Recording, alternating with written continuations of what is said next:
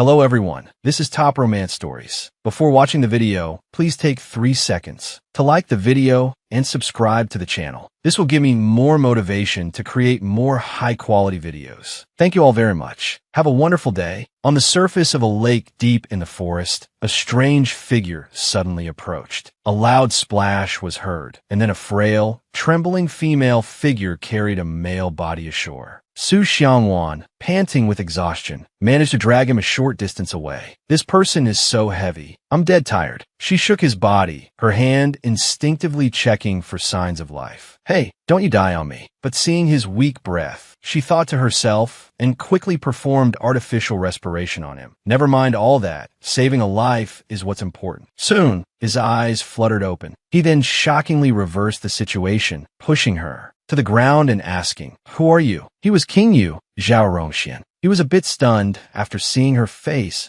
a woman. But Su Xiangwan, still not understanding what was happening, struggled continuously. "Let go of me." His face turned cold as he pointed his sword at her, thinking, I absolutely cannot let anyone know about my weakness of not being able to swim. Su Xiangwan was pinned down, her face pale with fear. Seeing that she still wouldn't submit, he sneered. "You are in my hands. It wouldn't be an unjust death." But just as he was distracted, her hand reached a rock right beside her. She directly smashed it against him. Rongxian was hit on the back of the neck, vaguely fell to the ground, and finally lost consciousness. The next day, sitting in her room, Su Xiangwan fiddled with the dagger, silently cursing him. "Ungrateful bastard. I saved you, yet you wanted to kill me." But the pattern carved on the dagger made her suspicious, and she focused on it. However, this dagger is really not bad. What exactly is his identity? Suddenly, a servant respectfully approached. "Third young miss, the old madam requests your presence." Hearing this, she quickly hid the dagger and asked, "For what matter?" She turned to look at the maid in confusion, only to see her sigh in response. "I heard that last night. King Yu came to the manor for a banquet and encountered an assassin. He said he came to catch the assassin, but he only searched the women, which is very strange." She held the comb and slowly brushed her hair, thinking about those words. King Yu. The more she thought, the paler her face became with fear. Handsome, drowned, then it must be him. That person is definitely King Yu. The ungrateful man from last night is unexpectedly the second male lead in Qingsheng Tianxia. King Yu. Su Xiangwan's eyes widened, and 2 streams of tears flowed out. Full of regret, "It's over. I'm done for. I saved the villain. Does my life as the female lead end here?" Recalling the past, she felt sad. "Actually, I'm not the third young miss of the Su family, but Xiao Ting, a celebrity from the future. I haven't even finished filming Qingchang Tianxia yet, and somehow I transmigrated into the White Lotus Su Xiangwan from the script." She tremblingly placed the comb on the table, feeling as if her life was over. "Originally, I could have survived smoothly by following the script. But last night, I saved someone I shouldn't have saved, King Yu. In the script, he is the main villain." At this moment, the maid saw her frozen for a long time and shook her, asking, "Young miss, In her heart, she was still lost in thought. Calling me over at this time, it must be that King Yu wants to identify me. Last night, he even wanted to kill me. If he recognizes me, wouldn't I be at Iha Pavilion? A long while later, she slowly arrived at the hall to pay her respects. Wanwan pays respects to the old madam. The old madam glanced at her with displeasure, her face wrinkled in annoyance. At this moment, Madame Yin, sitting beside her, covered her mouth with a scornful and critical tone. "Is Wanwan late because she's sick? But Dur isn't sick. Why did she also make everyone wait?" Su Jinyu glanced over slightly without saying anything. Not only was she late, but so was Su Yuandai. She smiled brightly and knelt respectfully. "Just now, people from Prince Lin's manor arrived. I was handling some matters, so I was late." Madame Yin, having failed in her intention, could only snort coldly and fall silent. Only then did the old madam slowly wave her hand. "All of you, sit down." Xiangwan and Yuandai bowed, their heads together in thanks. The two returned to their usual empty seats. At this time, the old woman's face hardened as she brought up yesterday's matter. Yesterday, King Yu met with misfortune at the Su Manor, so naturally, the Su Manor was also under suspicion. The culprit has now been found. It has nothing to do with the Su Manor. Today, King Yu has sent gifts as compensation. You all go to the front hall and choose a few items you like. Xiangwan was stunned and a little suspicious that I asked that it's over. At this moment, a small voice whispered in Jinyu's ear that I heard that last night. King Yu met a woman by the lake. Concubine Chu continued. King Yu's manner catching the assassin is a pretense. Searching for a person is the real goal. If we could grasp this high branch. But Xiangwan immediately guessed his intention. The gifts are just an excuse. His real purpose is to catch me. On the table was a full display of items. When Jinyu saw them, her eyes lit up. His Highness King Yu is truly generous. When it was her turn, she slowly picked up a simple hairpin. Nothing more. King Yu, Zhao Rongxian, has been raised like a crown prince since childhood. He is also considered the successor, but his methods are strange and arbitrary. Thinking of this, her hands tightened around the hairpin with determination. This villain, I must stay as far away from him as possible. Just then, a loud noise was heard. King Yu slowly walked into the room. As she turned, their eyes met, and she froze on the spot. The face of the man from that night was clearly visible before her. It was him. Seeing him, the old madam immediately bowed respectfully. This old one pays respects to your highness, King Yu. But Rongxian paid no attention and walked straight past. He stopped in front of Yuandai. Then he ordered the servants, start with her. They obeyed and quickly seized Yuandai amidst the chaos. As you command. What are you people doing? The old madam had no choice but to step forward, kowtow, and ask for the reason. King Yu, may I ask what this is about? You said you were looking for someone you admire, but now it seems like you're capturing an enemy. At this point, they gagged Yuandai. Then they push her down for him to observe. Yuandai's face at that moment did not match the one in King Yu's memory. Finally, he let Yuandai go and moved forward. Next, Jinyu smiled knowingly and spoke up first. This humble girl will cooperate with your highness, King Yu. There's no need to trouble your servants. She covered her own face with her hands and tilted her head innocently, looking at King Yu, but only received a look of contempt and disgust, along with a sentence that made Jinyu lose all face. Ugly and still likes to show off. All around were cackles of derision. She had it coming. That's right. So much for her days of showing off. At this moment, King Yu had walked over to Xiangwan. Her hands clutched the hem of her dress in fear. You raise your head. She swallowed and slowly looked up. King Yu frowned, displeased as he looked at her. What's wrong with your eyes? Xiangwan, startled, explained in a small voice, a few days ago, this humble girl nearly drowned, which caused my eyes to swell a bit. If I have offended your highness's sight, I beg for your forgiveness. He even knelt to examine her carefully and asked again, drowned? You don't know how to swim? After a moment of thought, he flicked her chin away and directly took a handkerchief from a servant to wipe his hands. Only then did Su Xiangwan let out a sigh of relief that I escaped. Luckily, this body is quite sensitive. Just crying a little or rubbing my eyes makes them swell up. Her hand still clutched the hairpin confidently. See how amazing my 5-second crying technique is. On the carriage back to his manor, King Yu, his servant Yuan Xiu knelt in a corner and reported respectfully. About 10 days ago, the third young miss of the Su family fell into the water because of the second young miss of the Su family.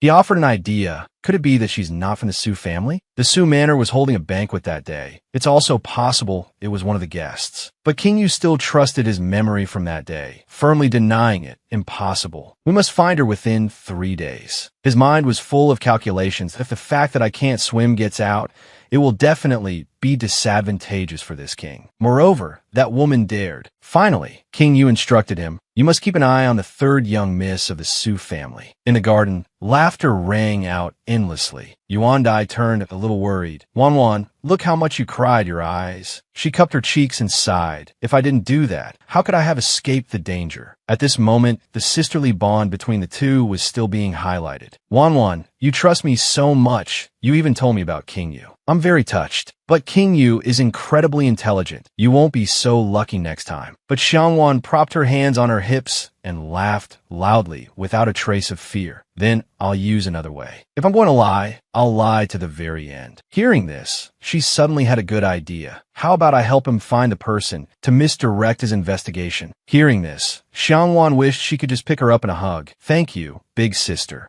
Recalling the original plot, Xiangwan still shivered. In the script, just because of Prince Lin, Su Yuandai and Su Xiangwan became enemies. I must stay far away from King Yo. The farther, the better. 3 days later, in the Su Manor's reception hall, Father Su offered a cup of tea to welcome the guest. Prince Lin visiting the Su Manor. It's truly a dragon visiting a shrimp's home. Prince Lin, Zhao Shuangling, also smiled in return. To arrive uninvited, it is indeed presumptuous. Outwardly, Xiangwan appeared calm, but inwardly she was screaming in denial. Why has he appeared now? Why is it not like the script at all? The script clearly stated, Prince Lin, Zhao Shuangling, a talented and dashing man, he developed feelings of love for Su Xiangwan, causing a rift between Su Xiangwan and Su Yuandai. Her head ached with confusion. Prince Lin suddenly appeared. Could it be that things are no longer following the script? The heir of Prince Shunan, Lu Junting, sitting beside them, also smiled and spoke up. Are these the 3 famous young ladies of Master Su's household? Truly as beautiful as a dream. Father Su, beaming with pride, had his eldest daughter step forward. How about letting my humble daughter, Su Yuandai, paint a picture for Prince Lin and the heir to enjoy? She smiled and turned to instruct her maid, prepare the ink and paper. The second Miss Su, sitting beside them, was naturally unhappy. Father is so biased, always thinking only of Su Yuandai. Everyone knew the purpose of his banquet was to set up Su Yuandai and the crown prince of Shunan. Yuandai was famous for being a graceful and virtuous lady. She dips her brush in the inkstone, the lines on the painting appearing vividly. After a while, Yuan Dai came out with 2 maidservants presenting the painting. My painting is complete. I invite everyone to admire it. Seeing the painting, Prince Lin exclaimed with endless praise. Excellent. If the eldest miss were a man, this prince would definitely toast you with wine. Yuan Dai respectfully offered tea. I am willing to use tea in place of wine. At this moment, she bustled out. Jinyu has just started learning to paint and also hoped for some guidance from Prince Lin. Her mind was full of vicious and malicious schemes. If I can't have it, no one else can either. Then, she insisted on dragging Xiangwan down with her. Third sister, Prince Lin, is visiting today. If you don't show off your painting skills, it will be truly disrespectful. With Su Xiangwan as a human shield, I won't have to feel so awkward. She stood frozen in disbelief. So, second sister and I are to paint? How malicious. She clearly knows I can't paint at all. At this moment, Lin Shuang glanced behind him, his gaze seeming to linger on her the longest. Soon after, the 2 paintings by the young ladies of the Su Manor were quickly completed. They praised Su Jin Yu's painting endlessly. Miss Jin Yu's painting even has a few butterflies fluttering around it. I didn't expect Miss Jin Yu's painting to be so attractive. The Crown Prince clapped in praise. This painting is truly marvelous. After she was done, she didn't forget to take a jab at her younger sister. I wonder if younger sister one has finished painting yet, but on the table was only a chaotic ink blot with no discernible shape. Younger sister Xiangwan, an hour has passed and you're still not done? Su Jin, you kept turning her head to smile mockingly. No, my younger sister is still painting a large ink blot. Her face darkened with disgust. This woman is so annoying. Her mouth is always blabbering. Blabber, blabber, this is all you're doing. Don't you dare blame me. Therefore, she moved towards Su Jin Yu's painting and said loudly, Older sister Jin Yu's Chinese rose painting is so beautiful. It even attracts butterflies, intending for the right person to overhear. Unexpectedly, upon hearing this, Prince Lin's face turned pale with displeasure. You, a Chinese rose, how audacious. She, still confident in herself, folded it and brought it towards Prince Lin. My ink is specially formulated. How can you compare to me? When she arrived, she shyly held out the painting. This is the painting, Jean, you just finished. I invite Prince Lin to take a look. Xiangwan giggled with satisfaction. Today, I want you, Su Xiangwan, to lose all your dignity. But he just glanced at the painting and bluntly refused. Second Miss Su is very thoughtful, but it would be better to destroy it. Her eyes widened in stunned disbelief. How could this be? The Crown Prince snatched the painting from the second Miss Su's hands and recounted some leftover stories from the Forbidden Palace. Perhaps the second Miss Su doesn't know. The late Crown Princess of the previous dynasty loved Chinese roses the most before giving birth. Her son, who is today's His Highness Prince Yu, hates it most when others paint Chinese roses. He bluntly tore it to pieces. If this painting is not destroyed, I'm afraid all the heads in the Su manor will be relocated. The Su father knelt in fear, begging for mercy. This commoner knows his mistake. At this moment, Prince Lin, standing behind, let out a soft, mocking laugh. The key reason is that because of Chinese rose, Prince Lin was once punished by the emperor as a child, and thus has despised this flower ever since. And that His Highness Prince Yu, he has gradually excluded Su Jinyu from the marriage arrangement with him. I never expected the seemingly obedient and intelligent second miss, Su, to be such a fool. Her face turned ashen. How could this be? Just then, Su Jinyu turned and accused Xiang Wan. You framed me, she shrieked, placing all the blame on her. Just now, you deliberately let me hear that you wanted to paint a Chinese rose. Prince Lin really likes Chinese roses. Go get me some white and pink paint. Xiang Wan still feigned innocence. Second sister, what are you talking about? The Su father finally spoke up, shouting, That's enough, Su Jinyu. Have you not been crazy enough? At this moment, having achieved her goal, she was visibly happy. Then she suddenly froze. Prince Lin's face was staring intently in this direction. Why is he looking at me? The third Mrs. Painting must be finished by now, right? Xiang Wan swallowed hard, thinking to herself, Heavens, Prince Lin looks as gentle as jade. But this guy is definitely not someone to be trifled with. I can't afford to provoke him. The crowd of women also craned their necks to gossip. Back then, when the third miss was learning to paint, she even made the teacher cry from anger. Now she's done for. She just smiled and called for her maid's help. Hongyu, bring the easel over here. Xiang Wan began to set up the painting. Placing candles underneath, she began to roll up her sleeves and spread sand over the flat surface. Su Jinyu glanced over and sneered. Useless thing, playing with sand in front of His Highness Prince Lin, but it piqued the young crown prince's curiosity, and he approached. This is? Just a few seconds later, everyone gathered around in amazement. This is eldest Miss Su. Her hand was still holding a handful of sand, moving it across the surface. This is second sister.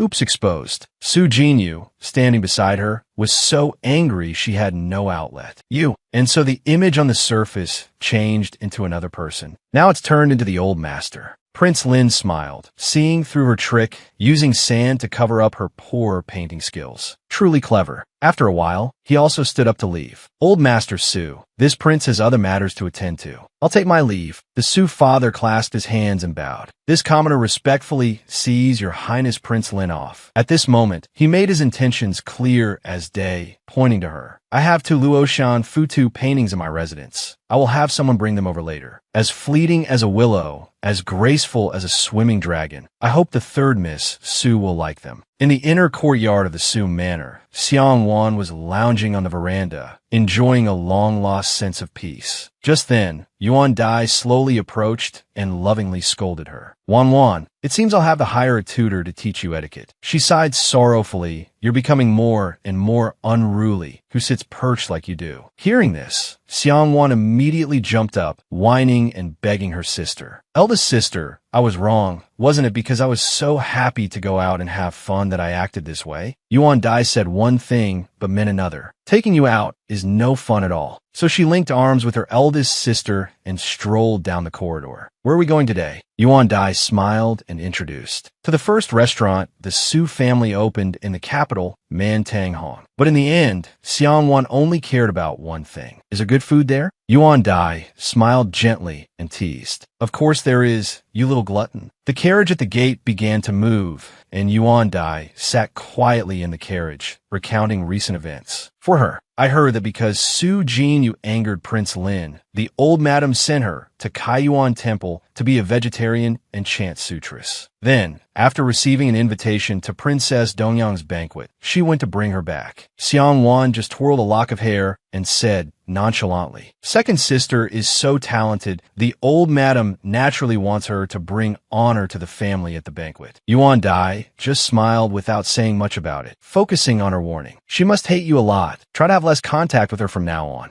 Xiang Wan rested one hand on the windowsill, listening intently to her sister's advice. Yes, I will listen to eldest sister. After a while, the coachman spoke up respectfully. The two young misses. We have arrived at Mantang. The two stunningly beautiful Mrs. Su slowly. stepped out of the carriage. Mantang Hong. 2 hours later, after eating and drinking her fill, she felt that living like this was the best. Yuan Dai, who was still engrossed in a book of poetry, looked up with a slight laugh. Wan, I think you've gained some weight recently. Be careful, or you won't be able to get married later. Xiang Wan pouted, expressing her reluctance. When did I ever say I wanted to get married? Back when I was an actress, I ate so much water spinach I turned green. Now that I finally get to eat sweets, I'd be crazy not to. But Yuan Dai didn't listen and reprimanded her. Stop talking nonsense. Suddenly, a strange voice reached the two young Misses' ears. Eldest Miss. This person was Lin Xiao. He smiled respectfully at Yuan Dai and brought some special dishes to treat them. Knowing you were coming today, I specially prepared medicinal paste and your favorite Bilyuakan tea. Yuan Dai just glanced over and acted as if it was nothing. Boss Lin is very thoughtful, but his eyes were still full of affection as he looked at her. Xiang Wan, eavesdropping on the side, took a bite of her pastry, her eyes peeking over curiously. Does this guy like eldest sister or what? At this moment, Lin Xiao noticed her and turned to speak. These few days, Mantang Hong is having a lantern hanging event for blessings. Is the third Miss interested in going? His eyes were filled with disdain. Everyone says the third Miss is as stupid as a pig. I wonder if that's true. This immediately caught her attention. Hanging lanterns? That sounds interesting. Yuan Dai also nodded in agreement for her to go. What are you waiting for? You go ahead, I'll stay and entertain His Highness Prince Lin. Hearing this, she nodded eagerly in agreement. All right, then I'll go first. The courtyard garden of Mantang Hong. A few maids led her around the garden. This way, miss. They also passed by a lush green pond. Looking at her reflection in the pond, Xiang Wan felt a little suspicious. This pond seems a bit strange. Suddenly, her foot jerked back in fear. Something's not right. Hong Yu, the maid who had been following her since the beginning, had suddenly disappeared. Hong Yu was right behind me, just now. She just vanished without a sound. At this moment, the maid from Mantang Hong noticed something strange and turned back. Why did you stop, miss? As she spoke, a hand reached out from behind and pushed her forward. With the momentum, Xiang Wan fell into the pond with a splash. Her breath grew weak and helpless, and she couldn't struggle much. So cold. Who on earth wants to harm me? At this moment, Xiang Wan used all her strength to surface from the water. Drenched like a drowned rat, she struggled to climb onto the ground. Great, I was about to freeze solid. If I had been a little slower getting out, I would have been buried at the bottom of the pond. Su Xiang Wan. At this moment, Prince Yu was already waiting on the bank to catch her red-handed. I've finally found you. With blurry vision, Su Xiangwan struggled to break the surface of the water. The water is so cold, I'm about to lose control of my frozen body. If this goes on, I'll die. At this moment, she was struggling to turn the situation around. Come on, think. The script about Prince Yu that I read in my past life. Suddenly, Xiangwan's eyes lit up. I remember. Now, Xiangwan could look up, smile, and turn the tables. Your Highness, Prince Yu, that Deputy General Prince Lin saved in the palace. How does it feel to have your plan fall apart? His eyes suddenly filled with rage, and an arm reached out in front of her. She turned away in fear, but unexpectedly, Prince Yu grabbed the back of her collar and lifted her up like a child. Hey! Prince Yu brought his face close to hers and interrogated her. You're the one who secretly reported to Zhao Shuangling. What else do you know? Spit it all out for this prince. How could such a weak woman know my plans so clearly? Inside, Xiangwan smiled with amusement. How embarrassing for you. I'm the one who's read the script. You know, her hands didn't stay still, shamelessly wrapping around Prince Yu's neck as she whined. Your Highness, Prince Yu, I'm so cold. I want to change my clothes, take a hot bath, and I want a heater too. This was Xiangwan's plan all along. Freeze to death, you bastard, let me go. A chill immediately ran down Prince Yu's spine, and he quickly let go. He glanced at her with a look of disgust. Do all the women of the Su family have no sense of shame like you? Xiangwan continued to tease with a shy expression. We've already done everything we should and shouldn't do between us. It's called...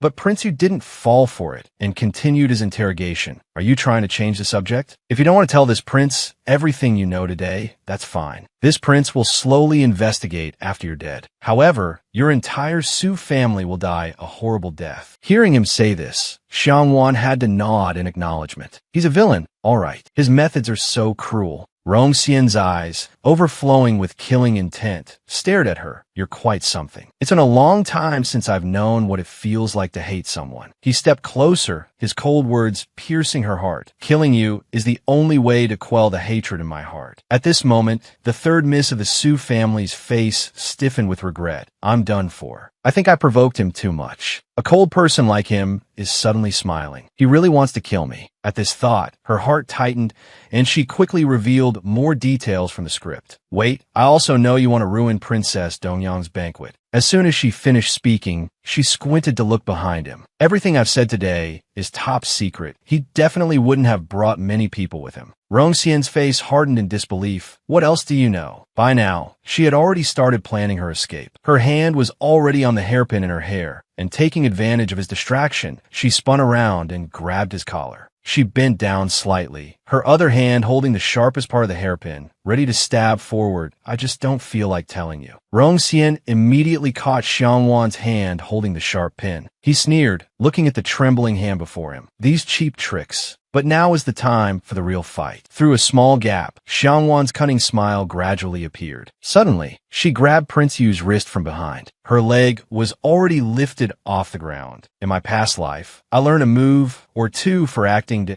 in an instant, she decisively flipped Prince Yu backward. "Off you go." The two servants behind him, their faces pale, screamed, "Oh no, your highness." Prince Yu was once again thrown into the lake. On the shore, Xiangwan couldn't stop smiling brightly. "Yes," Prince Yu roared in anger. "You have some nerve." The servants quickly waded into the water to support him worriedly. "Your highness." At this moment, Xiangwan didn't miss the chance and waited for the right moment to run. "This is my chance. Run." Her whole body was freezing and trembling as she bolted forward without looking back. Suddenly, with a painful thud, she ran into something. She dazedly looked up, Wan. Seeing a familiar face, her eyes welled up with tears big. She quickly rushed into Yuan Dai's arms and wailed, "Big sister, save me." She was also startled by her and hurriedly patted her, asking, "What happened? Why are you in such a mess?" Her voice grew weaker. Finally, she fainted in her sister's arms, causing Yuan Dai to panic. Wan. Lin quickly checked her condition. He breathed a sigh of relief and explained the third Miss Su's condition. "Her pulse is stable, don't worry. The third Miss Su is not in any danger. Her body is just cold. She must have gone through something unpleasant." "What on earth happened, Your Highness Prince Yu?" He draped a thick cotton cloak from the side, making the maidservant tremble in fear. "This servant will fetch a hand warmer for you right away." Rongxian's heart was heavy with today's grudge. "Su Xiangwan, you're dead meat." Back in her room, Wan was hugging a blanket and had been sneezing for a while. She had told her big sister everything. Yuan Dai was also stunned. "His Highness, Prince Yu." Her cheeks were flushed from the cold. "Yes, but..." Sitting opposite her were Prince Lin and Heir Lu. She scowled, not understanding. "Can someone tell me why he's here too?" Yuan Dai began to worry about her more. "It seems he's found you out. This is not a good thing." At this moment, the heir, who was fanning himself, couldn't help but laugh. "You're so disliked, even dogs would avoid you. You offend people wherever you go." Xiangwan pouted and retorted, "If you can't say anything nice, then shut up." Seeing her hot-tempered reaction, Heir Lu shrugged, took out his fan, and chuckled teasingly. "I was just kidding." Prince Lin's gaze was now fixed on her. Finally, after much thought, he asked directly, "Third Miss Su, why did Prince Yu want to capture you?" Yuan Dai spoke up for her younger sister. "Be honest with Your Highness. Wan overheard the news about Deputy General Guan Ying's palace patrol. I then told you, and that's how we were able to save Guan Ying from Prince Yu's hands." Her eyes lowered with worry. "Perhaps Prince Yu doesn't know the full story and wants to hunt down and kill my third sister." Prince Lin smiled faintly and stepped in front of the two ladies, saying, "First Miss Su, please rest assured. The matter was caused by the third Miss Su. As long as we hand her over to Prince Yu, the Su family will naturally be fine. Although Prince Yu is ruthless, his punishments are fair. He won't take his anger out on others for this." Deep down, Xiangwan openly disliked even Prince Lin, so you get what you want, and then just stand by and watch. Is that it? At this point, Prince Lin had also taken notice of her. If it were just about the palace patrol, it it wouldn't be worth Prince Yu acting personally. Su Xiangwan, just how much do you know? Yuan Dai thought for a moment, then declared resolutely, absolutely not. I know it's difficult for your highness. I only ask that your highness protect the Su family completely. As for his highness, Prince Yu, she raised her arm, standing protectively in front of Xiangwan. I will not hand her over. Xiangwan was a little surprised. Her cheeks flushed, touched to the point of tears. Thank you, sister. Suddenly, a loud noise came from outside. Move aside. Xiangwan huddled under the blanket in fear. It's him. He's here. At that moment, the door to the room was suddenly slammed open, and a teacup flew out from inside. Prince Yu luckily dodged to the side, avoiding disaster, and the teacup shattered on the ground. He looked into the room and sneered. Is this how you welcome me, your highness, Prince Lin? Prince Lin leaned on his hand and gave a faint smile in reply that I was wondering who it was. I didn't expect a visit from Prince Yu. Your highness, Prince Yu is so magnanimous. Surely you wouldn't hold it against this prince, would you? He slowly walked in and sneered. If I did want to hold it against you, would you serve me an apology? Xiangwan, sitting in a corner, also gave a faint, gossipy smile. This arrogant Prince Yu, who looks down on everyone, is truly only fit to be a stepping stone for the male lead, Prince Lin. Hey, now it doesn't seem like the time to be discussing other people's fates. But by the time she came to her senses, he was already in front of her. Prince Yu grabbed Xiangwan's fair wrist, and then bluntly announced to the group, I'm taking this person with me. Yuan Dai worriedly rushed forward to plead, Your Highness, Prince Yu. She clasped her hands and begged, My third sister is young and insensible. She has angered your highness. I hope your highness will be magnanimous and spare her this once. Xiangwan peeked out with a smile as if to curry favor. But Prince Yu wasn't about to be fooled again. Young and insensible. Seeing that he still held her hand tightly, she pouted and reminded him, Prince Yu, men and women should maintain their distance. Let me go. But remembering what had just happened, he wasn't going to let the third miss off again. That I think you know more than anyone. At this moment, ere Lu stepped forward, Your Highness, Prince Yu. He quickly pulled their hands apart and spoke to Prince Yu with a stern face. Today, I will absolutely not let you take her anywhere. Rong Xian's gaze swept over Lu, anteing threateningly, you dare stand in my way? Even Prince Lin knows to protect himself. Are you sure you want to make things difficult for this? Prince, he smiled faintly. Since your highness has put it that way, I have no choice. Think what you will. Rong Xian's face darkened. Su Xiangwan. Just because he can protect you today doesn't mean he can protect you forever. Lu didn't let Xiangwan speak and continued to stand up for her. Whether I can protect her or not is my business. You don't need to trouble yourself. Having failed to achieve his goal, Rong Xian turned to leave in a rage. Su Xiangwan. Fine, I'll remember this. Inside, she trembled. I can't afford to provoke him. Next time, I have to hide from him more carefully. Before leaving, he threatened them with a reminder. Prince Lin,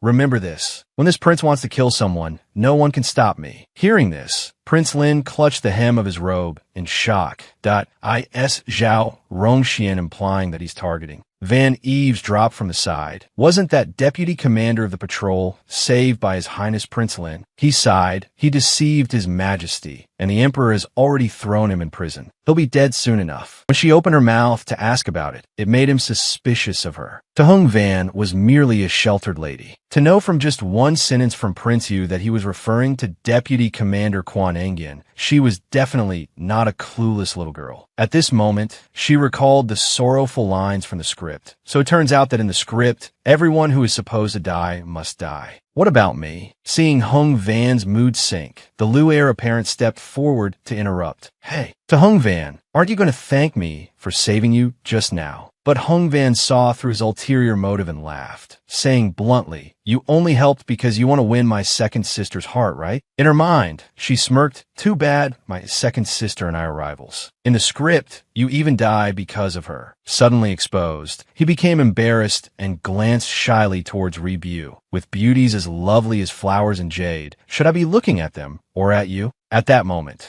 Veendai stood up and respectfully addressed the two young masters that on behalf of my younger sister, I thank you for saving her life. It is getting late. My sister and I will take our leave and return to our residence. The Lu heir apparent just gave a faint smile and shook his head, first miss to his too polite. Before they left, he even gave a thorough warning It's best if third mist goes out less these next few days. Prince Yu is very sinister. Just because I stop him today doesn't mean he won't pull some tricks behind our backs. But don't you worry, His Highness Prince Lin may seem quiet and cold, and his mouth says he doesn't care, but in reality, being called out, Prince Lin coughed awkwardly in embarrassment, then changed the subject, glancing at Hung Van with suspicion. All eyes turned to her, full of doubt. We don't know what third mist did to make Prince Yu personally come to my place to arrest someone. That's a good point. With all eyes on her, Hung Van shrank back, fumbling for an explanation. Suddenly, she reached out, picked up a teacup, and took a sip while thinking perhaps it's because I pushed Prince Yu into the moon lake earlier. This statement made everyone gasp in astonishment. What did you say? Finally, everything was explained. It was indeed so. On the way back to the residence, Hung Van was still chattering on, explaining to her sister, "Didn't I just give Prince Yu a little push? Why are you all reacting so dramatically?" She scratched her head and giggled. Besides, I was just protecting myself. Sitting opposite her, Veen Dai just sighed in exasperation. You really are a mischievous little monkey, only knowing how to cause trouble. The crime of plotting against a prince is a capital offense punishable by beheading. You know, I give up on you.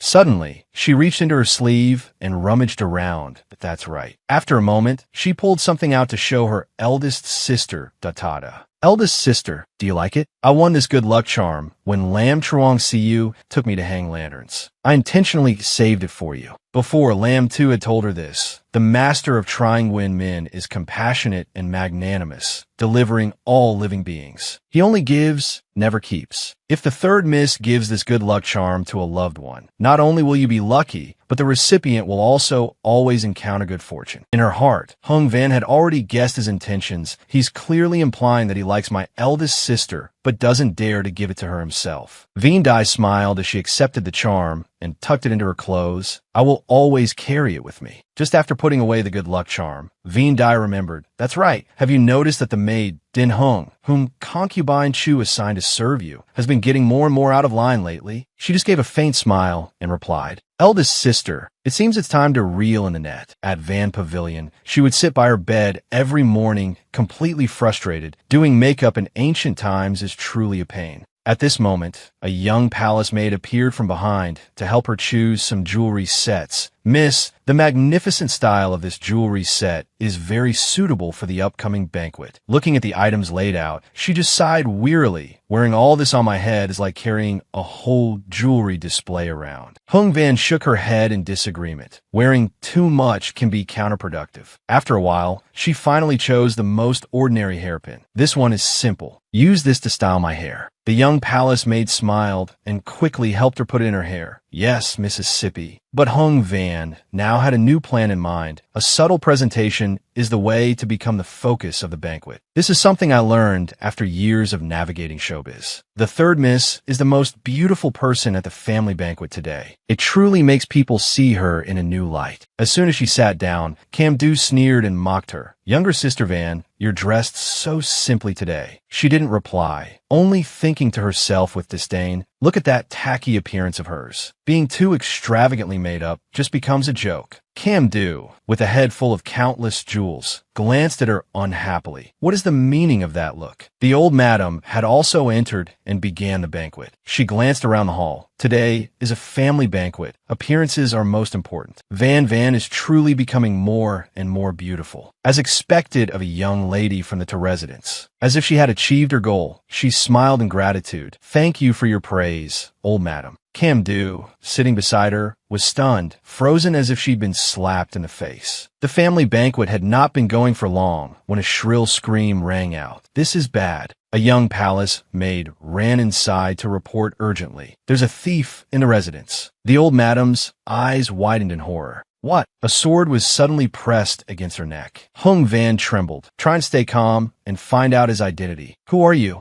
Rung Hien chuckled and whispered in her ear, a person about to die doesn't need to know. This voice was so familiar that Hung Van's whole body stiffened in fear. This voice is Prince Yu's. Before, Hung Van had planned ahead. To prevent him from sending someone to harm her, she had intentionally sprinkled glitter powder on the windowsill. But she never expected him to come to kill her himself, that I'm definitely dead this time. She had to put on an act once more. Her hand placed on his hand holding the sword. Her lingering gaze glanced behind her. Actually, if this humble servant could just serve Prince Yu for one night, I would die with no regrets. Rung Hien's face darkened, as if he was being toyed with, but Hung Van had already committed and had to see it through. Anyway, I've already made him feel disgusted dozens of times. One more time won't matter. He got goosebumps all over and flung his arm away. At that moment, she quickly took the opportunity to run forward. Then, she frowned and looked at Prince Yu, resolutely speaking her mind. Can't we talk properly, instead of having to fight and kill like this? But Rung Hien still pointed his sword forward, pressing her to the end. Don't even think about escaping me today. But suddenly, he staggered and dropped his sword to the ground. What's happening? His face was cold as he looked up at her in confusion. What did you do? Why do I suddenly feel weak all over? Hung Van crossed her arms and giggled. I just used a bit of mate powder. Suddenly, she let out a surprised ah. Hey wait, why does it suddenly feel like I'm cursing someone? His face began to break out in a cold sweat. I never expected you to be so cunning. At this moment, she walked over and picked up the sword he had just threatened her with. Hung Van's face showed a strange excitement. Even with his meridians blocked, Dung Hien remained cold and decisive, accepting his fate. Since I have fallen into your hands today, this prince has nothing more to say. But this prince advises you that it's best to atone with your death. If you don't kill me now, this prince will kill you sooner or later. Hung Van scratched her hand and smiled. Thanks for the reminder. Then, she tucked the sword into her sleeve, then advanced with a cunning smile. Then I'll have to resort to ordinary methods. Prince Yu shuddered, not understanding. What are you planning to do? Hung Van unceremoniously pushed him backward, then climbed on top of him and forced a pill into his mouth. This is poison. Hung Van even added a reminder, but don't you worry, you won't die from eating it. Dung Hien truly couldn't predict Hung Van's moves. If you want to kill me, just kill me. Why all this fuss? Right after stuffing a pill into his mouth, she quickly backed away to ensure her own safety. Then she sat at the end of the bed and recounted what happened that day. I only gave you artificial respiration because I saw you drowning, and you want to kill me for it. If you want me to kowtow and admit my guilt, I absolutely will not. But if you let me go, I guarantee I will not reveal a single word. At this time, Prince Yu's body also began to gradually recover. He was still doubtful and couldn't believe her. You won't? Just the act of pushing me into the water is enough for this prince to take your life. Hearing this, she became agitated and started shouting that you'd better speak properly. You tried to kill me first. I was only defending myself when I pushed you into the water. If someone tries to kill you, are you just going to sit still and let them? Dung Hien maintained a calm expression and replied, only the dead can't reveal secrets. As for this artificial respiration, this prince has never heard of it. You're just making excuses. The more she talked to Prince Yu, the more Hung Van felt she was bringing trouble upon herself. We're talking at cross purposes. He's completely stubborn, won't yield to reason or force. No wonder Chu Swang Lam and Luke Kwandon hate him so much. But Third missed to still soften her tone and try to clarify things. All right then, let me ask you, what will it take for you to let me go? He mouthed a reply with only 4 words, unless I am dead. Hearing this, Hung Van could only shrug nonchalantly. If Prince Yu is so eager to die, this humble servant can't do anything about it. But a prince as delicious as a young mango like this, how about? She moved closer, placing both hands on his shoulders teasingly. I often hear people say a night of spring passion is worth 10,000 gold. True Dung Hien was so scared he trembled all over. What do you want to do? Hung Van even winked flirtatiously. Naturally, exactly what you're thinking. He trembled and backed away, scolding. Have you no shame? Despite this, she didn't let him go. She even kept touching his chin with a look of regret. The prince praises me too much. Thinking of this, she let out a soft sigh. With a face like Zhao Rongxian's, if he joined the entertainment industry, he'd definitely attract a bunch of young heartthrobs. Too bad he's the villain. Just then, she slowly pulled the sword out from inside his sleeve. But unexpectedly, Prince Yu grabbed her by the wrist, and the sword immediately clattered to the ground. Su Xiangwan stumbled and somehow ended up bumping her head hard against the other's chin, causing his face to darken with an unsightly expression. This woman, damn it, the powder's effect has worn off. Xiangwan cried out, clutching her forehead and backing away, ow, ow, ow. But Rongxian narrowed his eyes, having seen through her ulterior motive. You pretended you wanted to sleep with me earlier,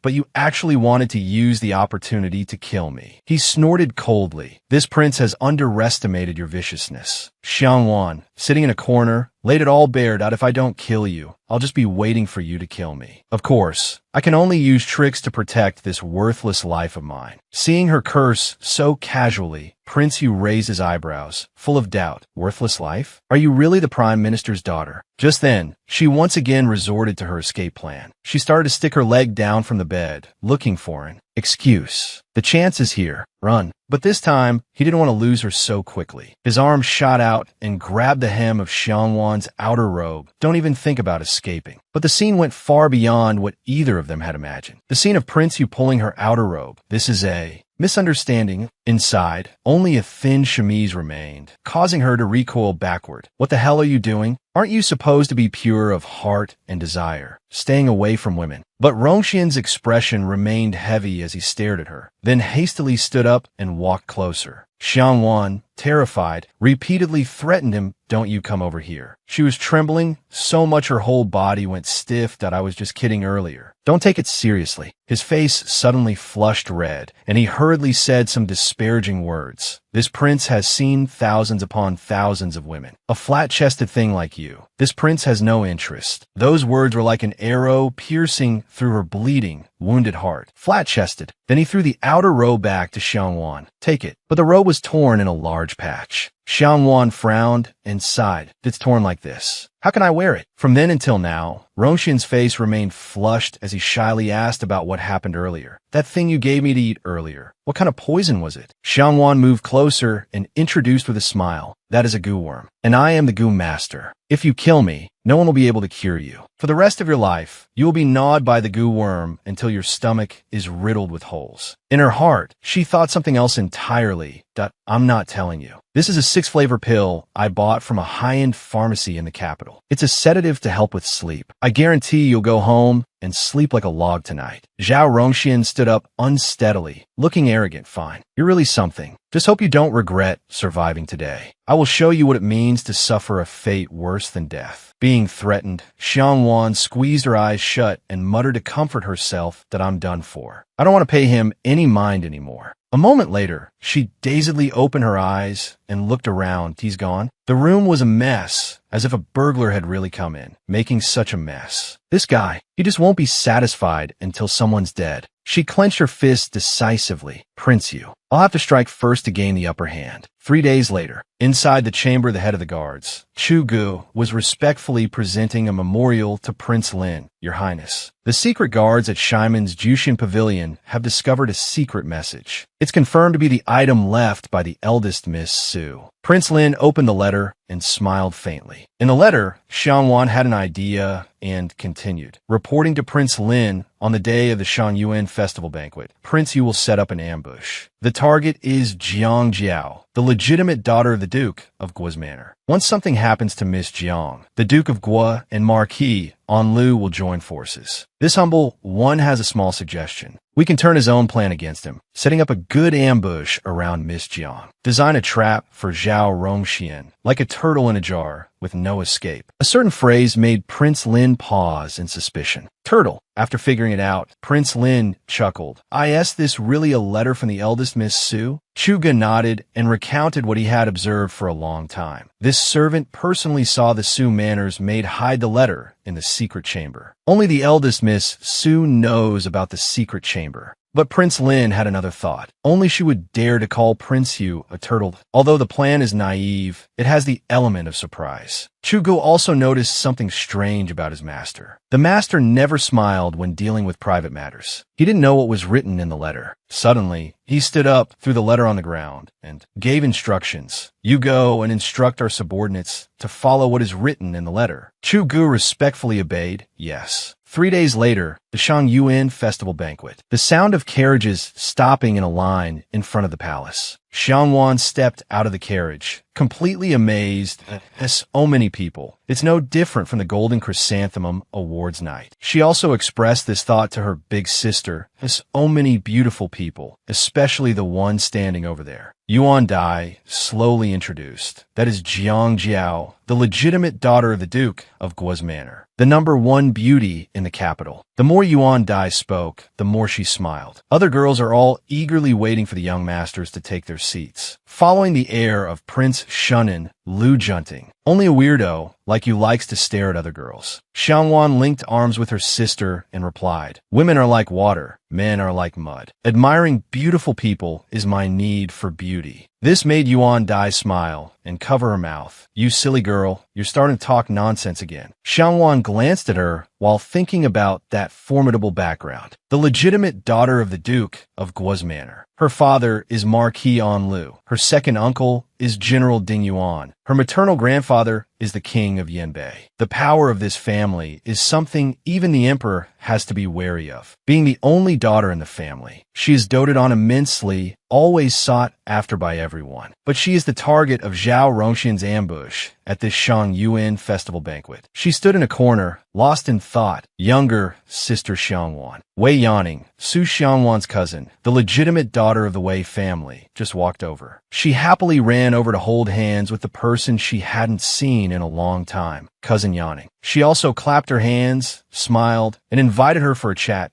I heard there's a 100 flowers garden up ahead. Do you want to go see it with me? Okay. Yuan Dai, seeing the sisters wanting to catch up, tactfully stepped aside. You two go ahead, I'll just stay here and admire the flowers. But Ji Jinsi clung to them and wouldn't let go. Then I'll go with you guys. But she just sneered in response, not happy at all inside, that we didn't invite you, okay? On the small path to the 100 flowers garden, a cheerful Ji Jinsi, who was walking ahead, suddenly stopped. That is, what's wrong? Down below was Lu Anting, flirting with a group of young ladies. Guess where I hid the item? Seeing the heir, the second Miss Su stepped forward to curtsy. Greetings, Your Highness the heir. He then stepped closer and touched Ji Jinsi's neck, making her shiver slightly in bewilderment. Heir Lu then used a magic trick to produce a flower to win her over. Just in time, got a fresh flower for a beautiful lady. Standing to the side, Xiangwan was dumbfounded. What kind of childish, vomit-inducing pickup line is that? She immediately turned away in disgust, causing Heir Lu to clutch his head in disbelief. This woman, it's this woman again. I have met 3,000 women. There were charming ones, cold and arrogant ones like flowers on a mountain, and cute and gentle ones too. This heir always knows how to bring them joy. Only this woman is completely impervious. Could it be that she's not a woman of this era? Just then, he shamelessly approached them and greeted them. Hello, Miss Wei. Hello, Miss Su. Since you two ladies are here, why don't we play together? How about it? He smiled confidently at her. This heir doesn't believe there's anyone in this world I can't win over. Seeing Xiangwan say nothing, he provoked her more strongly. What? You don't dare. Hearing this, the third Miss Su had no choice but to go along with it. Tell me, what are we playing? Xiangwan walked around and then pointed to the dart-throwing game, suggesting it. Let's play that. Lu Anning was a bit surprised and had to ask again to be sure. Are you sure you want to play this game with me? Her hand was already gripping a dart. Eager to try, can I? Even throwing darts is no challenge for me. What's so hard about throwing arrows into a pot? Ji Jinsi, standing beside them, softly suggested something else. How about we play another game, like couplet matching or chess? In her heart, she was cursing Xiangwan wildly. Is Su Xiangwan crazy? We noble ladies can't lift our shoulders or raise our hands. Just holding an arrow is tiring, let alone throwing one to beat the air. But Heir Lu fanned himself and nodded in agreement. Interesting. He then waved his hand and ordered, someone, bring the wine. Wait, but she immediately stopped him. Does Miss One have an opinion? She took this opportunity to raise the stakes to a heaven and earth shaking level. I heard there's a snowstorm in the north. Whoever loses must go to Puji Temple to eat vegetarian food and pray for blessings for 49 days. It can also be considered as borrowing the name of Princess Dongyang's Shang Yuan banquet to show a little sincerity. What do you think? His eyes went wide and he stood frozen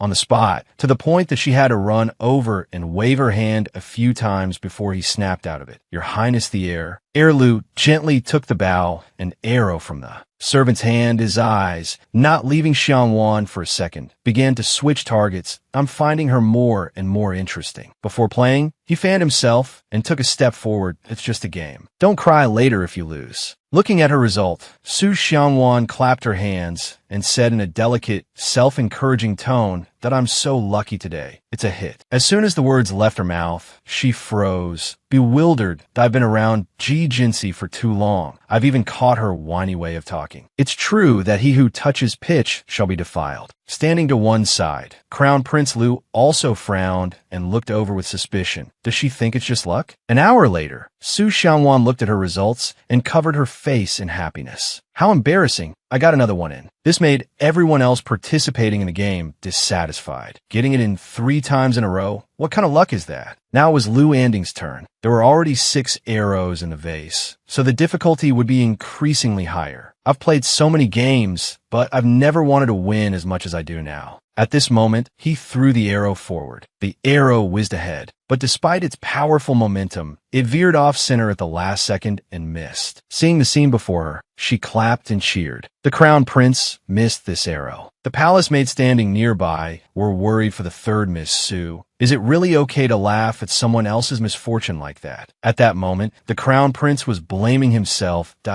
Anding, what on earth were you thinking just now? But after a moment of thought, he glanced at her affectionately. Standing behind, Ji Kamsu saw everything. Her hands clenched into fists in anger, but she still walked over with a smile. Third sister, you won today. I'm very happy for you. It's just a game. I trust you won't make the crown prince go to a temple and eat vegetarian food to pray for blessings, right? The third Miss Su gave a faint smile. That's right, I was just joking. It's fine if the crown prince doesn't go. But of course, the crown prince disagreed. A bet is a bet. It's not like I can't admit defeat. Just then, the maids Xing Ying and Zi Ying appeared together respectfully. Your highnesses, young masters and ladies, the banquet has been prepared. Now, please follow this servant. Once inside, Zhao Qinger, Princess Dongyang, opened a gift box with a smile. The prince consort just had someone send over a few items. Among them is a pair of white jade Sai Wu bracelets. She twirled the bracelet in her hand and suddenly had a brilliant idea. How about we use this bracelet as a prize today? Let's play a verse-linking game. Whoever wins, I'll give it to them. Su Kamsu also chimed in with praise. 2 meticulously crafted jade bracelets. Truly exquisite. Even Yuan Dai nodded in admiration, but to Su Xiangwan, it was utterly boring. These 2 bracelets symbolize a matching pair of a man and a woman. One look, and you can tell the princess wants to match Prince Lin and Jiang Jiao. It has nothing to do with me. Suddenly, the maid Ziying approached and whispered to the princess, His Highness Prince Yu has arrived. Her expression immediately hardened. He's here. Princess Dongyang frowned unhappily. His Highness Prince Yu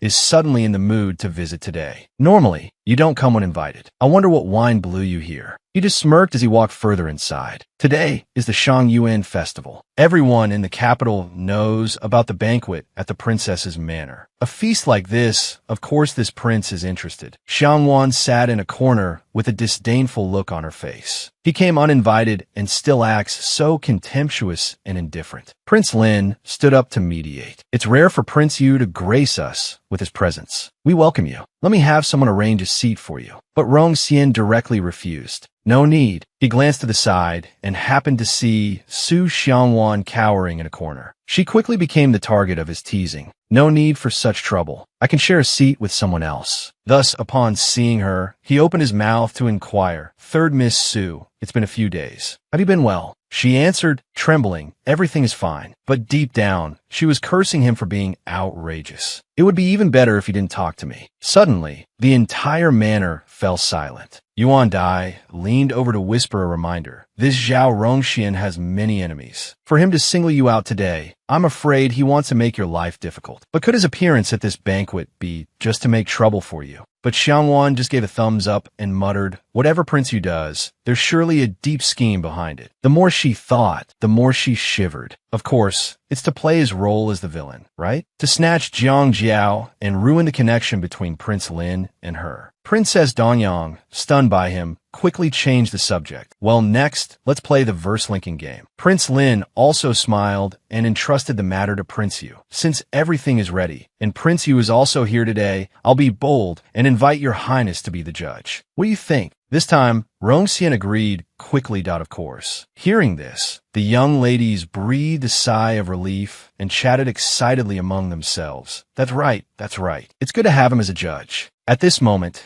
she slowly peeled a tangerine, unconcerned with the world's affairs. He's just being a referee for show. It's just that nobody wants him to participate and ruin the game. But in her mind, she was laughing in his face. You're truly so hated even dogs would despise you. But suddenly her gaze shifted towards him. But he seems used to being treated this way. Just then, Rong Xian also glanced over, making her jump in fear. Su Xiangwan immediately averted her gaze. What are you looking at? Prince Lin started the game. Let me begin. Jin Zun Xing Jiu Do Shi Qian. Linking the word Qian. Princess Jiang Jiao shyly continued after him. Qian Ling Ti Luing Hong. It was Anning's turn. Hong Ou Xiang Can Yu Jian Xiao. Xiao Feng Biu Xiang Dai. Yuan Dai also slowly joined in. Dai Dao Qiu Lai Jiu Yu Ba. But as soon as she turned to look at her younger sister, she had frozen. Kamsu also saw this and let out a soft chuckle. Why does she look so dumbfounded? She immediately called out in the main hall, causing everyone to turn their gazes this way. Third sister, it's your turn. Su Xiangwan dazedly looked around.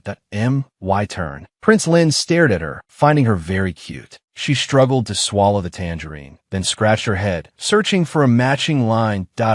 Suddenly, Rong Xian, sitting opposite her, spoke up for her. Be a yu hu shui ping. The entire manor fell silent. She glanced over and saw Kamsu and the person next to her moving away from her. The crowd also began to whisper incessantly. Su Xiangwan truly couldn't explain this feeling. Oh God, this time I've been tainted by the dog hater. Prince Lin frowned slightly and glanced over. Your Highness Prince Yu, this seems to be against the rules. But he just let out a flat, oh, and took a sip of tea that I forgot. I accidentally helped her link the verse. Princess Danyang glanced coldly at Su Xiangwan. She continued in a flat tone. Since third Miss Su couldn't continue just now, she is considered to have lost. Let's continue. An hour later, 2/3 of the incense stick had burned down. Prince Lin smiled. Now it's just me and first Miss Jiang. If we continue, I'll lose face if I lose. It seems better to concede now. Jiang Jiao stepped forward, shyly bowing her head in thanks. Thank you, Your Highness. At this point, Xiangwan's bottom was also sore from sitting. Her back ached, her waist was tired. It's finally over. It was already dark outside, but the two of them hadn't left the manor yet. Wan, come with me for a moment. We came to the princess's manor, but there are still a few things left to do. At this moment, the two of them slowly entered a room. Inside was Su Lanxin. The fourth miss of the Su family brought a gift box. Third sister, old madam instructed that you must personally present this gift to the princess. But inwardly, she was smiling coldly as if she had just set a trap for her sister. Xiangwan glanced over, looking weary. Even if I go, the princess might not agree to see me. But she was still determined to push the matter onto her. Old madam has naturally made all the arrangements. You can go with peace of mind. Just then, the door creaked open. Wei Anning walked in with a stern face and a warning. This time, I'm helping the Su family out of respect for Wan. I hope you all can keep your word. If I find out she is not living well in the manor, I will not let it slide. She smiled and nodded. Of course. But as soon as she turned away, she glanced back and signaled to Su Kamsu. At this moment, Su Kamsu took a few hairpins from her hair, suddenly acting unusually kind. Third sister, your attire is a bit too simple to meet the princess. I'll give you this hairpin. But suddenly, she pretended to stumble. The sharp point of the hairpin immediately pierced the third Miss Su's clothing. She quickly staggered to one side, and, with a tearing sound, Su Xiangwan just smiled and scratched her head. Eldest sister, I'm fine, but the hem of my skirt is torn. A palace maid rushed to help her up. She was still pretending to be a good person. Third sister, you should hurry and change your skirt. Don't delay the princess's time. She quickly followed the maid and left. The Su family will inevitably lose face this time. Yuan Dai sighed softly with worry. After a while, Wei Anning appeared, looking concerned. Wan, you're not done changing yet? She immediately understood their intentions and asked, Cousin, Wan has something to ask. Is there a problem with this set of clothes? Wei Anning quickly realized their trick. Strange. She shouted in anger. The sparse pattern on this skirt is lychee. The princess has been married for over 5 years, but still has no children. This is a sore spot she cannot speak of. The lychee pattern implies having a son soon. If you wear it and walk around in front of the princess, aren't you just looking for death? Finally, she figured out the deep-seated scheme.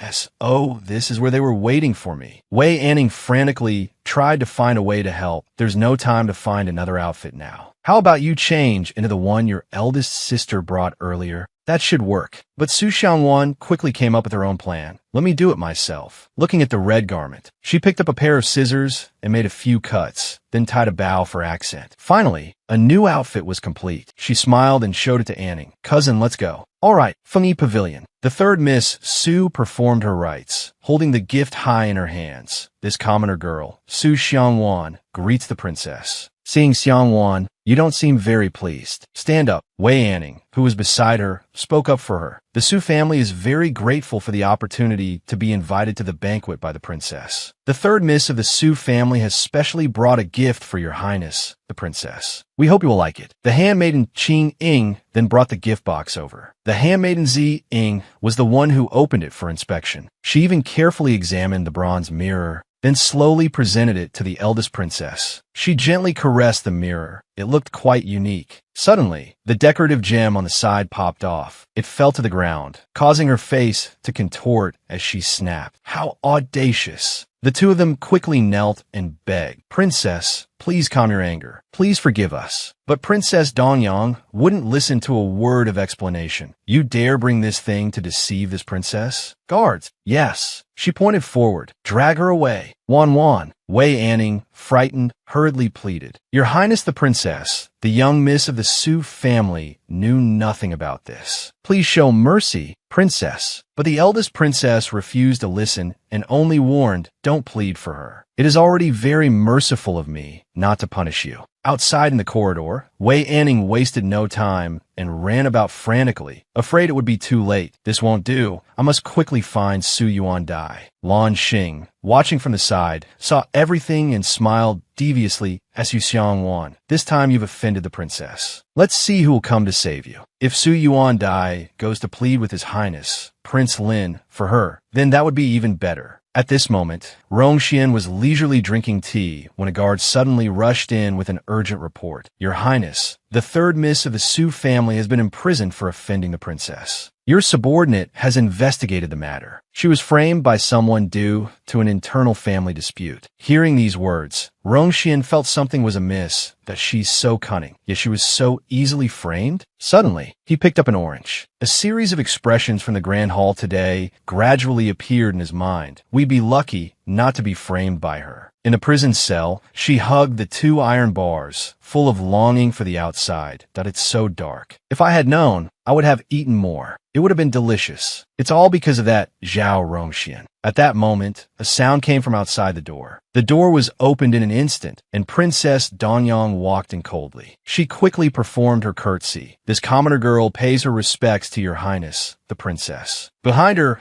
was a handmaiden who had been captured.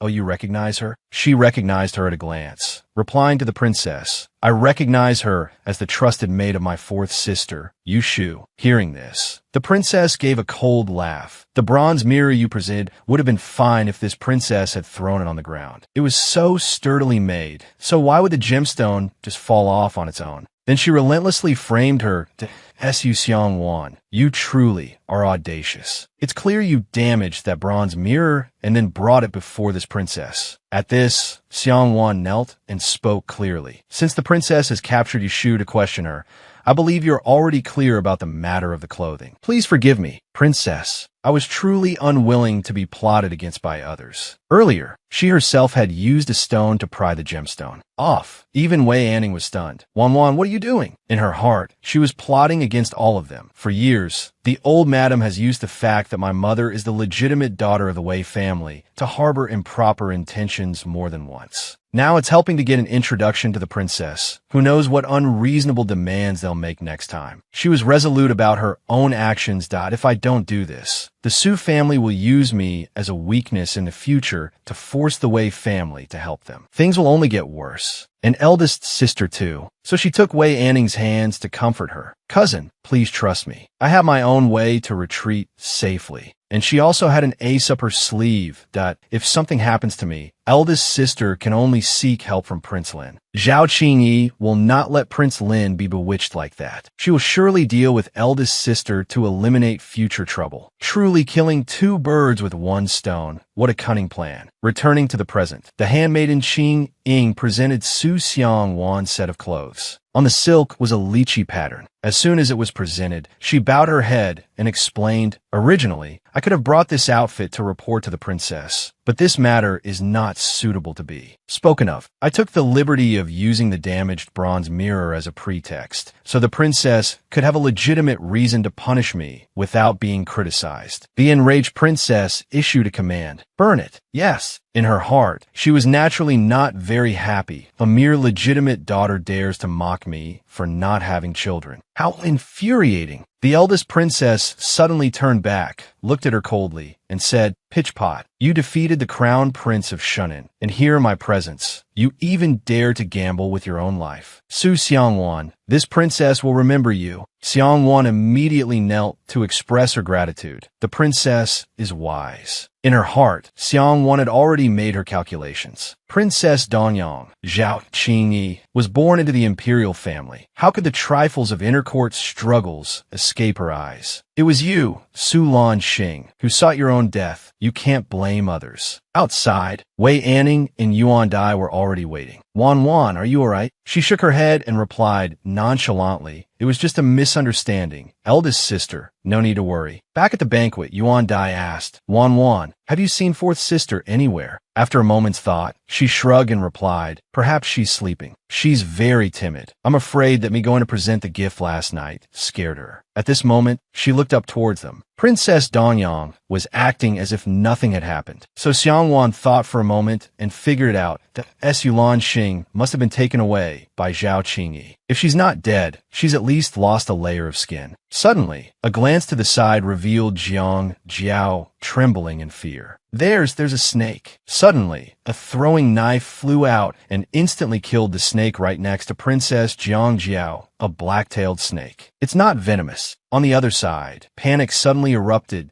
"There's a snake. There's one here too." Zhao Qingyi sneered softly. "So, it turns out you were waiting for me." She stood up and gave an order, announced that the banquet will end early. "Escort the young ladies back to their residences." Everyone was trembling with fear. Why are there snakes when everything was fine? Do you think it's because I never used to attend these banquets, and now that I've come, something happens? At this moment, Xiangwan's eyes were fixed on him. He attended this time, and his target is Jiang Jiao. Is he trying to create a diversion? Once outside, Yuan Dai and Xiangwan went their separate ways. "You go back to the residence first. I have a matter to request of His Highness, Prince Lin. Eldest sister, you be careful." As soon as she got into the carriage, she sighed, then gently opened the window to look outside. Zhao Rongxian intends to abduct Jiang Jiao to sabotage the marriage alliance between her and Prince Lin. This is the last chance. I've already tipped off Prince Lin. As for the result, it has nothing to do with me anymore. I didn't sleep well last night. Taking a nap now wouldn't be bad. The sound of the carriage gradually entered a bumpy stretch of road, and the jolting inside woke Xiangwan with a start. Her eyes widened in shock. This isn't right. The road back to the Su residence isn't this bumpy. She gently reached her hand towards the door. A sharp sword was immediately pressed against her chest. A strange man pointed a sword at Xiangwan's neck and threatened her. "Why did you capture me? Someone sent you, right?" Seeing the faint pattern on the blade tucked into his clothes, Xiangwan grew suspicious. "Are you Prince Yu's men?" He was slightly startled and paused for a moment, then slowly tucked the hidden blade deeper inside. She vaguely sensed something was wrong. He didn't deny it, so it must be true. Her face filled with fear as she hurriedly tried to explain. "You seem to have captured the wrong person. I am the legitimate third miss of the Su family, Su Xiangwan." But he just shouted loudly, "Get out of the carriage." He escorted her a short distance to the side of another horse-drawn carriage, and Xiangwan followed his lead and stepped up. As soon as she opened the curtain, Xiangwan's eyes widened in terror. Prince Yu was sitting leisurely inside the carriage, as if he had been waiting for a long time. Xiangwan, we meet again. She was astonished and terrified. How could this be? In the script, wasn't the person he was supposed to capture Jiang Jiao? I provoked him so many times. Now that I've fallen into his hands, I'm dead for sure. The sound of horse hooves thundered wildly. The coachman was turning the carriage in a different direction. Inside the carriage, Xiang Wan couldn't understand. Didn't you want to capture Jiang Jiao? He frowned and glanced at her, puzzled. This prince and the eldest miss of the Jiang family were just attending a normal banquet. Why would I have to capture her? The more she listened, the more confused Xiang Wan became, blurting out the lines from the script. Didn't you attend the banquet at the princess's residence to sabotage the marriage alliance between Prince Lin and Duke Jiang? You even released snakes to disrupt the banquet. Hearing this, he sneered and replied nonchalantly, "That old fox, Duke Jiang, has never been one to easily change his stance. What could be changed with just a Jiang Jiao?" Furthermore, his cold gaze swept over her. I was not the one who released that snake. Sitting in the carriage, Xiang Wan's heart was not at ease at all. Why do I get the feeling he's angry? So she hurriedly waved her hands to explain, "I had no intention of falsely accusing you." Suddenly, an arrow pierced through. It grazed past her. If she had tilted her head, it would have hit. What's happening? An ambush! A loud noise erupted from outside the carriage. "Your Highness, it's Prince Lin's men." Arrows flew into the carriage one after another. She dodged back and forth until her eyes welled with tears. "I can't believe it. I was the one who gave Prince Lin the idea, and now it's like being hoisted by my own petard." Suddenly, a small sword fell from her person. "Prince," you sneered, "you should thank these pursuers. Otherwise, I wouldn't have let you die so easily. Like this. Xiang Wan didn't want to be pushed to a dead end. I really don't want to die here." So, Xiang Wan decisively pointed the way. "Hurry west. There's a cliff over there. On the mountainside, there's a suspension bridge. As long as we can cross the bridge and cut the ropes, we'll have a way out." He squinted at her suspiciously. "That you're very familiar with the terrain here." After saying that, he refused to listen. In that case, we absolutely cannot go that way. But after just a moment, the guard outside hurriedly reported, "Your Highness, the horse has been hit by an arrow. I'm afraid we must abandon the carriage, Your Highness." In the moment of crisis, Prince Yu immediately pulled her into his arms. Just as the carriage hit a rock and tilted to one side, he jumped out of the carriage with her. Being careless, Prince Yu took an arrow to the chest. Seeing this, she cried out in alarm, "Your Highness, put me down first, you're injured." The guard following behind did his best to hold them off and find an escape route. "Your Highness, what should we do now?" He glanced over at her and asked softly, "You're familiar with the terrain, so which way should we go now?" Xiang Wan pointed straight down. "Jump. That's the only way." The guard with him turned and snapped, "Are you kidding? Jumping from here is certain death. Don't think I won't dare to kill you." Rongxian then did something bold, grabbing Xiang Wan's hand. "You and I will jump together." She broke out in a cold sweat and asked, trembling, "What did you say?" He looked straight into her eyes and said bluntly, "I don't trust you." With that, he took her hand and ran like the wind towards the cliff. She thrashed about in fear, not wanting to seek death. "Your Highness, wait a moment." But no matter what she said, he held her hand and plunged down into the deep abyss. The moon had risen high, and down on the ground, his face was contorted in pain. Beside him, a voice was calling his name, Zhao Rongxian. Zhao Rongxian. Prince Yu vaguely heard Su Xiang Wan's voice echoing in his ear. "Your Highness, please wake up. Could he really be dead?" She sat to one side, sighing and confessing to herself, "It's not that I don't want to save you, but if you don't die, the one who dies will be me." After waiting for a while, Su Xiang Wan composed herself and prepared to leave. "This humble servant will take her leave. Whether you live or die, you'll have to pray for your own fortune." But at that moment, he vaguely regained consciousness and called her back, "Su Xiang Wan." The next morning, beads of sweat trickled down his cheek. By now, Su Xiang Wan's body was more than half exhausted. She was dragging Prince Yu step by step. Behind her, after a night's sleep, his arm began to stir. Prince Yu struggled to open his mouth to speak. "You don't have to save me." She forced a laugh. That it's a life, after all. How could I see someone dying and not save them? But inwardly, her expression was full of disdain. If I hadn't been looking for a path and suddenly seen a tiger, I would have been long gone instead of coming back to save you. But Prince Yu, who wouldn't believe it even if he died, said bluntly, "I heard everything you said when you were abandoning me." Hearing this, Su Xiang Wan didn't hide it anymore. "Since you heard it, this humble servant will be direct. There are fierce tigers in this forest. When your wound gets better, you have to lead me out of here." Prince Yu replied wearily,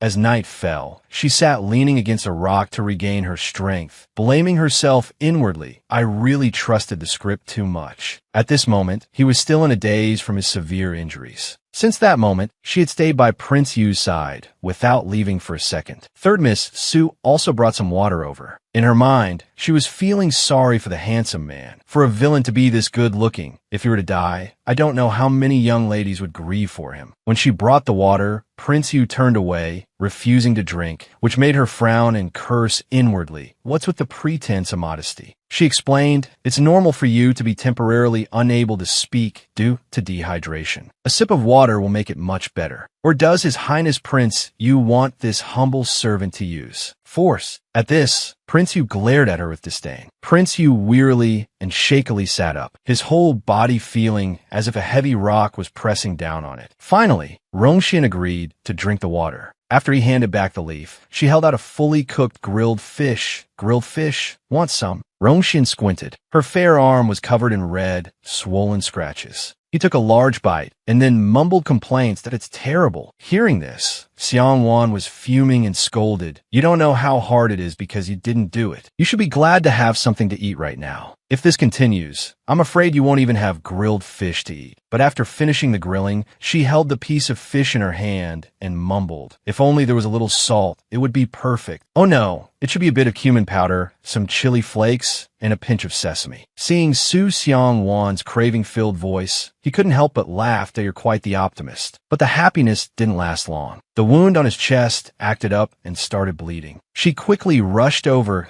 It's time to change your dressing. But just as she rushed over, she froze. That is, when he was unconscious, changing his dressing felt normal. Now, having him watch me undress him to change his dressing, it just feels strange. The more she thought about it, the more Su Xiang Wan's face turned red. Your Highness Prince Yu, can you change the dressing yourself? He took the crushed medicinal paste from Third Miss Su's hand. Prince Yu was no less embarrassed. Get out. Waiting for just that, she left her spot and hid in a corner. Okay, at this moment, Xiang Wan was sitting on a rock, staring blankly at everything. Then she looked at the wounds on her arm, wound upon wound, and she began to feel unwell, muttering complaints. This body is really too weak. Then she slowly returned to her seat beside Rongxian. Su Xiangwan returned to her spot and asked, "Are you done wrapping the bandage?"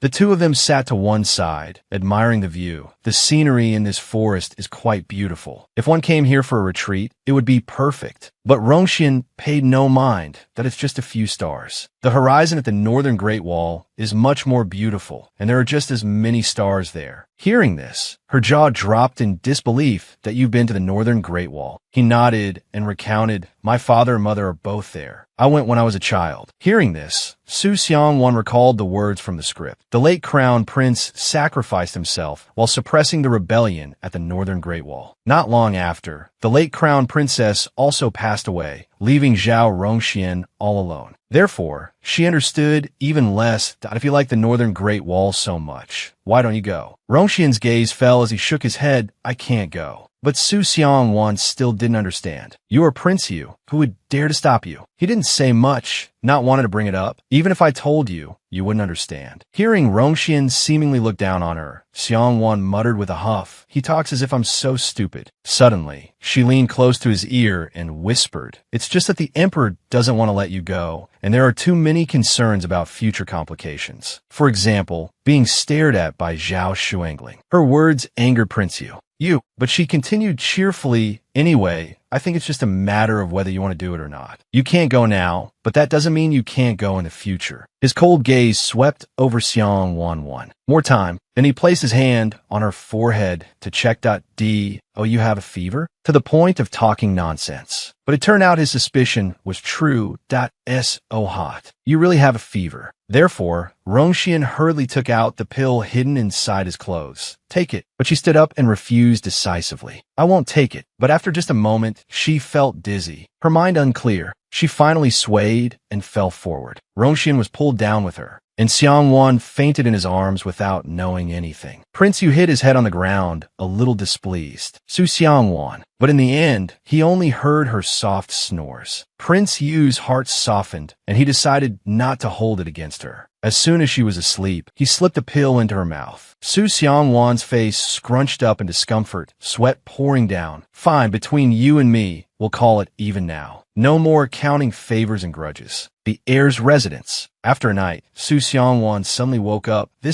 Where am I? At this moment, the heir entered, fanning himself that you're awake. The heir sat by the bed, teasing her. Tell me, how do you plan to thank this heir for saving your life? This is my hot spring villa. He even took a bowl of medicine from a servant and held it out in front of her. When I found you in a cave on Looming Mountain, you were already unconscious. There were too many poisoned beasts on the mountain. You were poisoned by a red snake. He also presented a bowl of medicine. This medicine can cure the poison, but you need to drink 3 doses. I've already told the kitchen to brew it for you. Suddenly, Xiangwan thought of him and felt a little worried that I wonder how Zhao Rongxian is doing now. He definitely wouldn't show himself in front of Lu Kunting. Without me there, he should be able to survive just fine on his own. Seeing her in a daze, he clapped his hands and then teased her. Do you want this heir to feed you? Hearing this, Xiangwan shrank back, took the bowl of medicine with one hand and drank it all, then expressed her gratitude. Xiangwan was lucky to find a way out of a deadly situation. Thank you, heir, for your life-saving grace. I wonder how you found me. Heir Lu thought for a moment before saying, you have great fortune and a tenacious life. You couldn't be killed. Thank heaven. Then he let Xiangwan rest while he left. I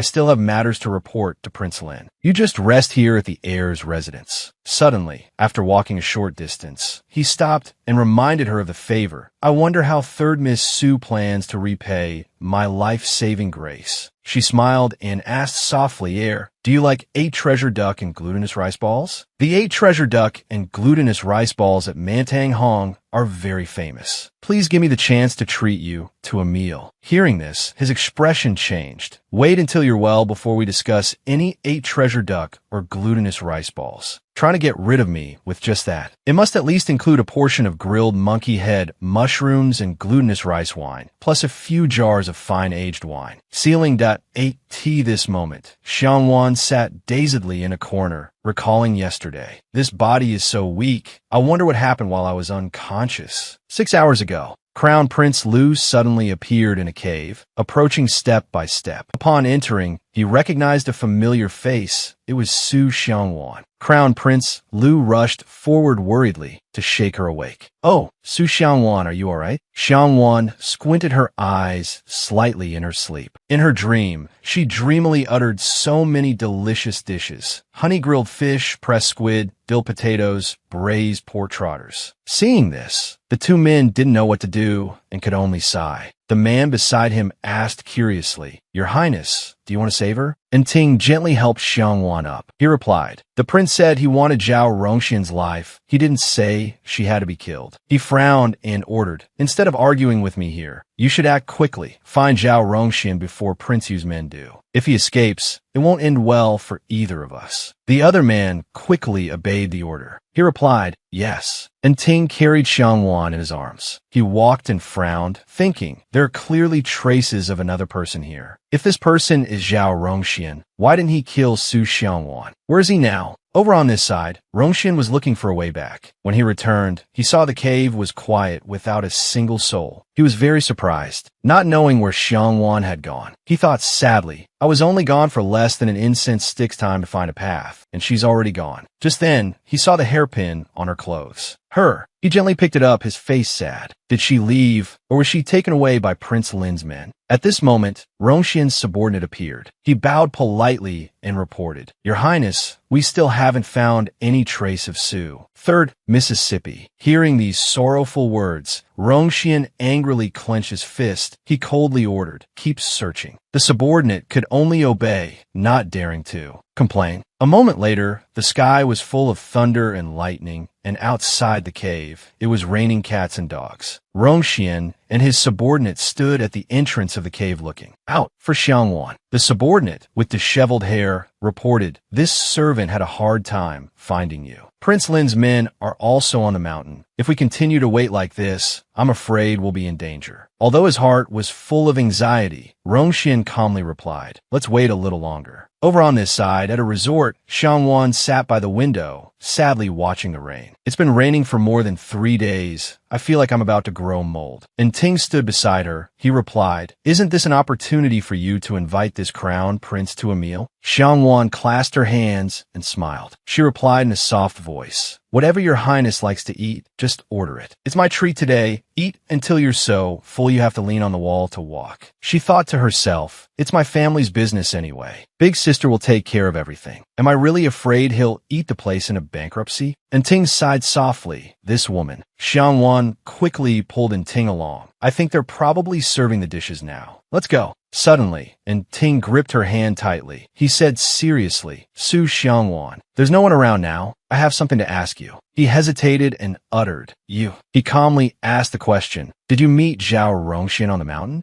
Xiangwan replied coldly, "Yes." And Ting was very surprised. As expected, he added, "Do you know that Zhao Rongxian has returned?" Xiangwan replied softly, "So for the past few days, the crown prince has been busy dealing with the problems that arose after the last Shangyuan banquet." And Ting broke out in a sweat. He said uncomfortably, "Originally, Prince Lin intended to use the pretext of hunting down the assassin who kidnapped Xiang Jiao to make his move. Who would have thought that the person kidnapped would be you?" Xiangwan crossed her arms with a stern expression. She said in a loud voice, "What about me? Is a merchant's daughter not worth saving at all?" "I'm afraid you've misunderstood my meaning." And Ting quickly waved his hands. "I didn't mean that." And Ting slowly explained, "You treat me so frankly. Of course I will protect you in front of Prince Lin. You don't need to worry about the Shangyuan banquet matter." Xiangwan sighed softly. She gently reminded him, "Then let's go quickly. The food will get cold if we wait any longer." She angrily jotted down a note. "I have to tell the kitchen not to bring up the 8-treasure duck anymore." She frowned and thought to herself, if it had been Xiang Jiao that day, she would have probably become a living target, pierced by 1,000 arrows. She then thought of Rongxian and Shuangling. "I've long known that Zhao Rongxian is the villain. Every bad deed, he's the first one I think of, but I've underestimated Prince Lin's sinister nature."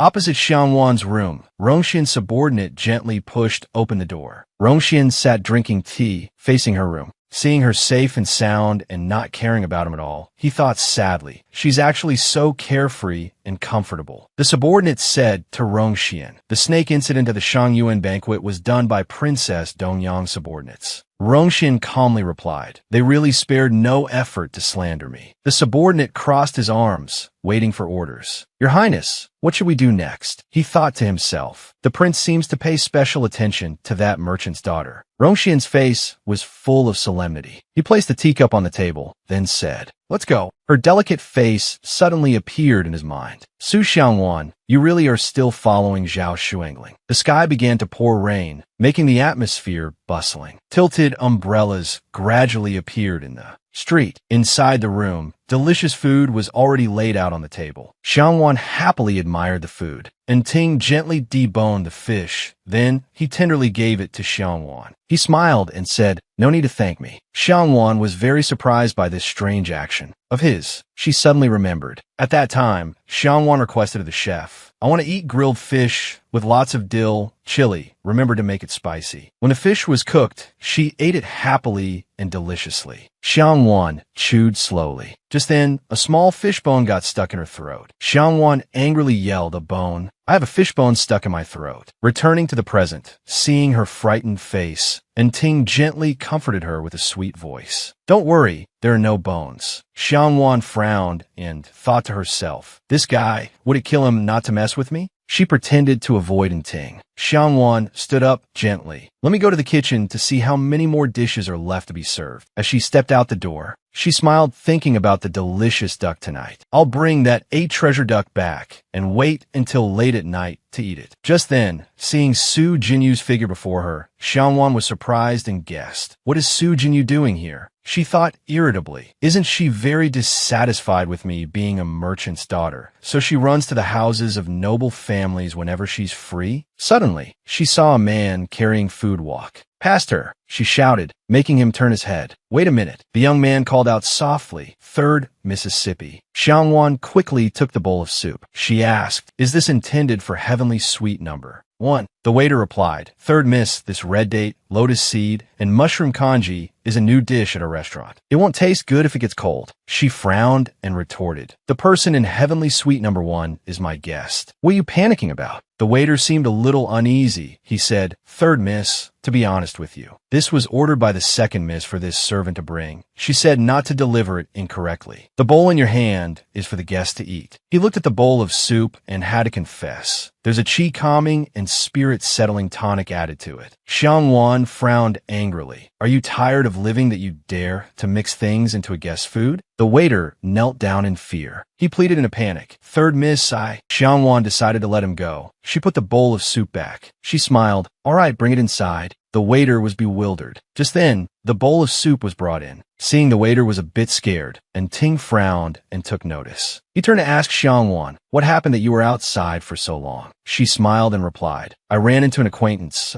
I stopped to chat for a bit." She thought to herself, Su Jinyu definitely wouldn't poison him. Let's use Lu Junting as a guinea pig to see what she's planning. And Ting paid no mind. He picked up the bowl of soup and drank it all in one go. As soon as he finished, his face seemed to gradually turn red. He asked softly, "Su Xiangwan, the fact that I'm a little interested in you." He moved closer and held her small hands tightly. He probed, "Actually, you've known all along, right?" Xiangwan uttered in a daze. Her mind was spinning. "Hey, why so suddenly? Wait, how am I supposed to answer this?" And Ting gradually moved closer towards Xiangwan. He gently brought his lips towards hers. Just then, Jinyu pushed the door and walked in. Xiangwan shyly pushed Ting away. Suddenly, Jinyu's maid pulled Xiangwan away from Ting. And Ting was dazed, not understanding what was happening. Jinyu said smugly, "Third sister, the crown prince and I have something to discuss. You should go back first." Just then, it seemed Ting's body was out of control. His body was burning up. He panted and called out, "Su Xiangwan." Jinyu quickly came closer to support him. She said in a soft voice, "Your Highness." And Ting could no longer control himself. He fell into Jinyu's chest. He tried to say, "That bowl of congee." Just then the good show began to unfold. A rattan whip flew towards Jinyu. Jinyu fell to the floor in pain. Guwan appeared. "She's the eldest daughter of the Marquis of Shun Suang's manor," she said in a loud voice. "What kind of thing are you, crawling out from who knows where, daring to drug Guwan's man?" Jinyu replied fearfully, "You." Guwan gently shook her head and ordered her maid. The maid quickly brought a bucket of water, then splashed it forcefully on Ting. At this point, Ting also woke up from his deluded dream and returned to his original state. Seeing Guwan, he asked softly, "Eldest Miss Gu, what are you doing?" Guwan yelled, "You like her so much that you don't even care if she drugs you?" She raised her voice. "If I hadn't happened to see it, you two would have already." And Ting angrily glanced at Jinyu, his brows furrowed. "Second Miss Su, don't you intend to explain anything?" Frightened, Jinyu slowly backed away, pretending to be clueless. "What medicine?" She deliberately tried to change the subject. "Didn't third sister invite you to man Tang Hong?" Seeing that she showed no remorse, Guwan fiercely whipped her. "You still dare to make excuses?" Jinyu endured the blow in pain. She had no choice but to approach Xiangwan for help. "Third sister, save me." Guwan stopped whipping. She stared intently at Xiangwan. Xiangwan was bewildered and covered in sweat. The two maids beside her had already run away in fear. Guwan approached menacingly and asked, "You are Su Xiangwan?" Xiangwan forced a smile and replied, "You're the eldest miss of the Gu family, right?" She thought to herself, Guwan, the eldest miss of the Marquis of Xuanchang's residence, the biological sister of General Ding Yuan, Guyan, and also a confidant of Zhao Rongxian. She was terrified at the thought of Guwan and Rongxian. Are they the villain couple? Xiangwan pressed her lips together tightly. What did I do to deserve this? Suddenly, Guwan grabbed her hand tightly, smiled, and made a proposal. "I've heard that third Miss Su stands up for justice, is intelligent and noble. I wonder if you would be willing to be friends with me." or not? Xiang Wan was stunned because this was not what she had imagined. And Ting gently interjected, he left gracefully. I'll be heading back first. Xiang Wan smiled and waved. Crown Prince, you should hurry back. Detoxifying is important. Gu Wan looked at Xiang Wan's smiling face. She thought with amusement. As expected, they just have a normal friendship. Xiang Wan said softly, if Miss Gu has nothing else, I'll be heading back first too. Gu Wan replied softly, but I do. Xiang Wan asked quietly. Gu Wan said shyly, on the 5th day of the 5th month, come with me to the dragon boat ceremony. What do you think? I don't have any friends, so... She added softly, besides, a friend of Ting is a friend of mine. If we go on an outing together and enjoy some music, won't that strengthen our friendship? Xiang Wan replied happily, all right. At this moment, Jin Yu took advantage of their conversation to quietly leave the room. Xiang Wan whispered softly, but aren't you afraid I have improper thoughts about the Crown Prince? Gu Wan touched Xiang Wan's shoulder. She replied, just now, you didn't take advantage of someone in trouble. I trust my own judgment. She added, you are not a deceitful and cunning person. Besides, you stayed at Lu Guanting's hot spring villa for more than 3 days, and nothing happened, right? Gu Wan crossed her arms and smiled. It's clear he has no other intentions towards you. Xiang Wan said, narrowing her eyes. All right, Gu Wan explained shyly. I'm the type who can't hold my tongue, so the other noble ladies don't want to befriend me. You don't mind, do you? Xiang Wan replied enthusiastically. Not at all. She smiled and thought, as a best actress, I'm already used to being put on the hot search by anti-fans every day. Okay, she asked curiously, Miss Gu, why do you like Lu Guanting? Gu Wan replied gently, it was love at first sight. At that time, he was standing under a willow tree. At this moment,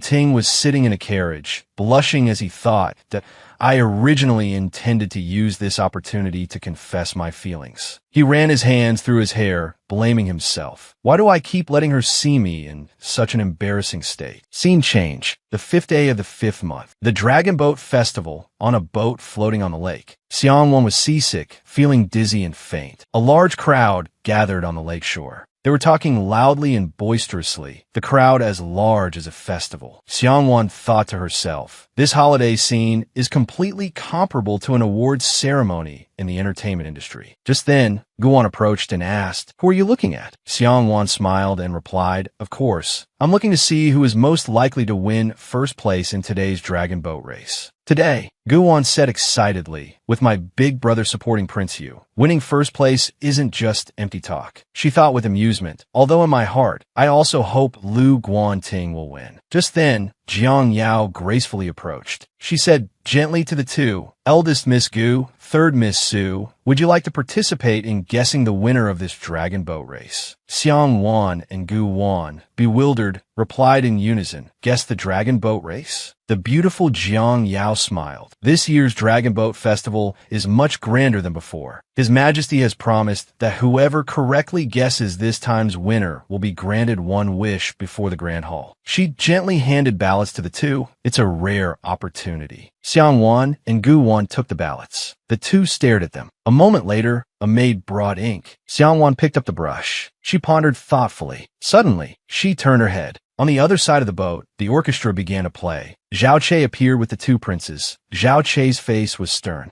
Rong Xian and Shuang Ling stood behind him. Seeing them, several maids bowed gently and politely. Look, it's His Highness, Prince Lin. His Highness, Prince Yu is so handsome. Rong Xian saw Xiang Wan, and their eyes met unexpectedly. Xiang Wan quickly turned away, chanting over and over, he can't see me, he can't see me. She clutched her head and cried out in front of Jiang Yao, he can't see me, he can't see me. Jiang Yao approached with a smile and asked, third Miss Su, between His Highness, Prince Yu and His Highness, Prince Lin, who do you think will win? Xiang Wan thought blankly, this is a question designed to get me killed. She had no choice but to put on a smiling face. Both highnesses are wise and mighty. Deciding the winner of this dragon boat race will also require a bit of luck. Rong Xian listened from a distance, his face showing a hint of embarrassment. He stared intently at Xiang Wan as she exclaimed, I'm merely the daughter of a merchant family. I really can't guess. Hearing this, Rong Xian turned away in annoyance. Gu Wan witnessed everything. She frowned and thought, Jiang Yao is trying to put Su Xiang Wan in a tough spot. She quickly approached Xiang Wan, then forcefully snatched the ballot from her hand. She said sharply to Jiang Yao, It's the participation that counts. Who cares who wins or loses? Jiang Yao smiled and replied, I was too abrupt. Over here, soldiers quickly placed a wooden plank between the two boats. Guan pointed excitedly,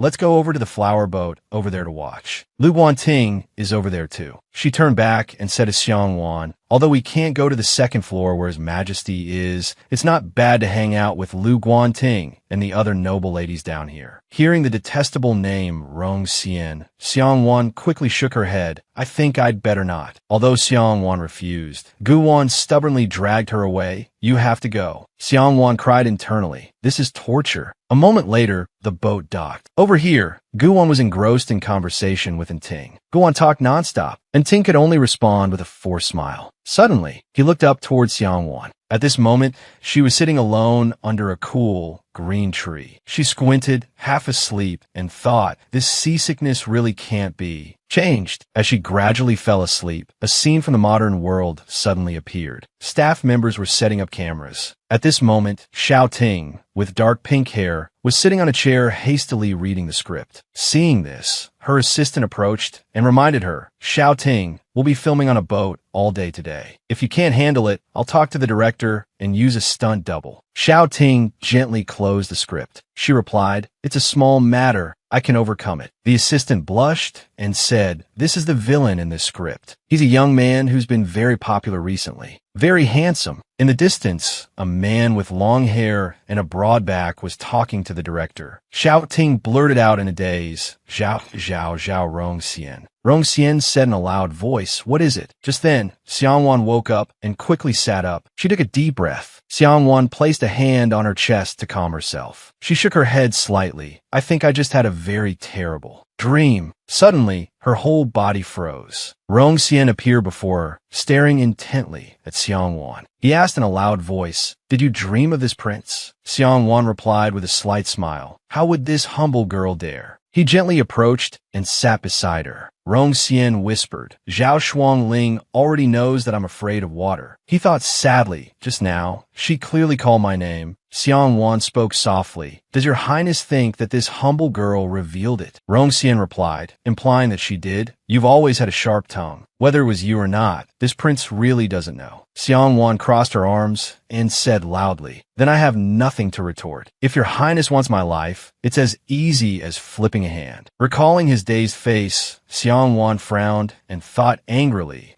he still wants to kill me. All that effort grilling fish last time was really fed to the dogs. Xiangwan gently stood up. Suddenly, Rong Xian approached and touched her hand. Xiangwan blurted out in a daze. Rong Xian said seriously, actually, there's a mutually beneficial way. He leaned in close to her and whispered, be my woman. How about it? Hearing his casual words, Xiangwan was startled and backed away in fear. She forced a smile and refused. I think there are still many ways to negotiate this. Rong Xian crossed his arms and frowned. You're not even willing to work under this prince. On what basis should I trust you? Xiangwan was extremely flustered. She thought to herself, so he wants me to submit to him. She sighed softly. He made it sound like he was kidnapping a bride. She gently grabbed the hem of his robe. Rong Xian looked at her with a suspicious expression. Xiangwan sincerely agreed. I agree. Seeing this, Rong Xian was a bit shy. He turned his face away and replied, Just then, Ting quickly ran towards the two of them, calling out loudly, Su Xiangwan. Seeing the two standing close together, Ting frowned, thinking, Zhao Rongxian. He said softly, your eldest sister's maid is dead. Xiangwan uttered in a daze, dead,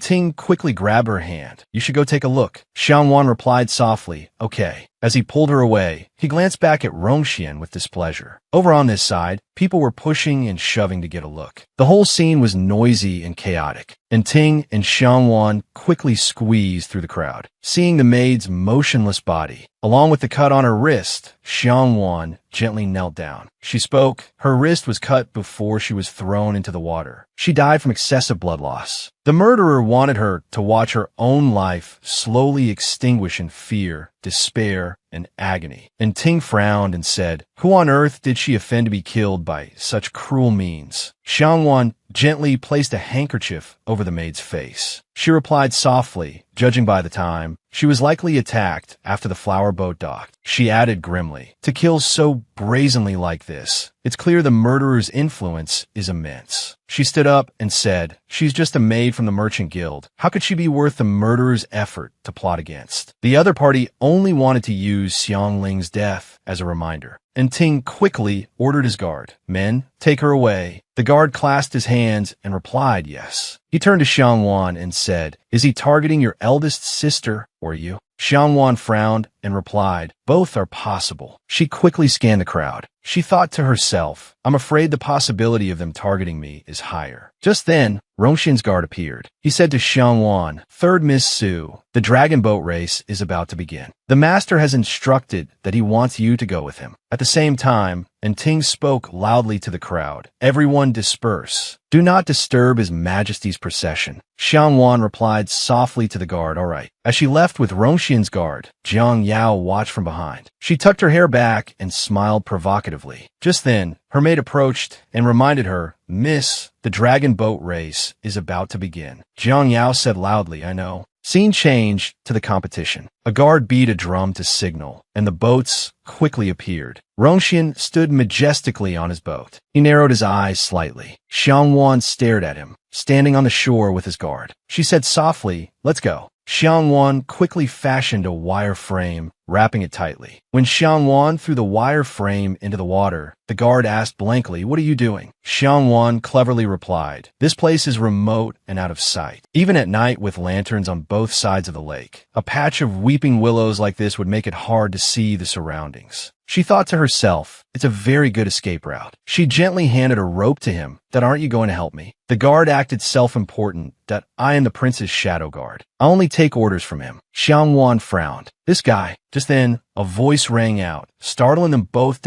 Oh no. His Highness Prince Yu's boat has capsized. The guard and Xiangwan rushed towards Rongxin. Xiangwan thought worriedly, is he all right? Suddenly, she stopped, seeing the overturned boat. Then a person was swimming in the water. Xiangwan quickly figured it out. That's not Zhao Rongxian. Over on this side, the princess and Xuangling watched from afar. She frowned and shouted, that bitch Su Lanxin dare to lie to me. How does Zhao Rongxian look like someone who can't swim? Xuangling softly interjected, that's not him. It turned out, the one swimming in the water was not Rongxian. The princess gritted her teeth. She said loudly, good at hiding, aren't you? Should we make a move? Xuangling quickly replied, I'm afraid it's a trap. The princess yelled in frustration, why haven't you been able to eliminate him after all these years? It's obviously because you're not as decisive as he is. The princess's face showed clear disappointment. Zhao Rongxian is brave and resourceful, charging into decisive battles. But you only know how to be overly cautious. Xuangling replied coldly, and what about you, imperial sister? He frowned, expressing his frustration. For all these years, you've been scheming and plotting. Was it really for me? As soon as he finished, he turned and left. He left his imperial sister standing there alone. She fumed you.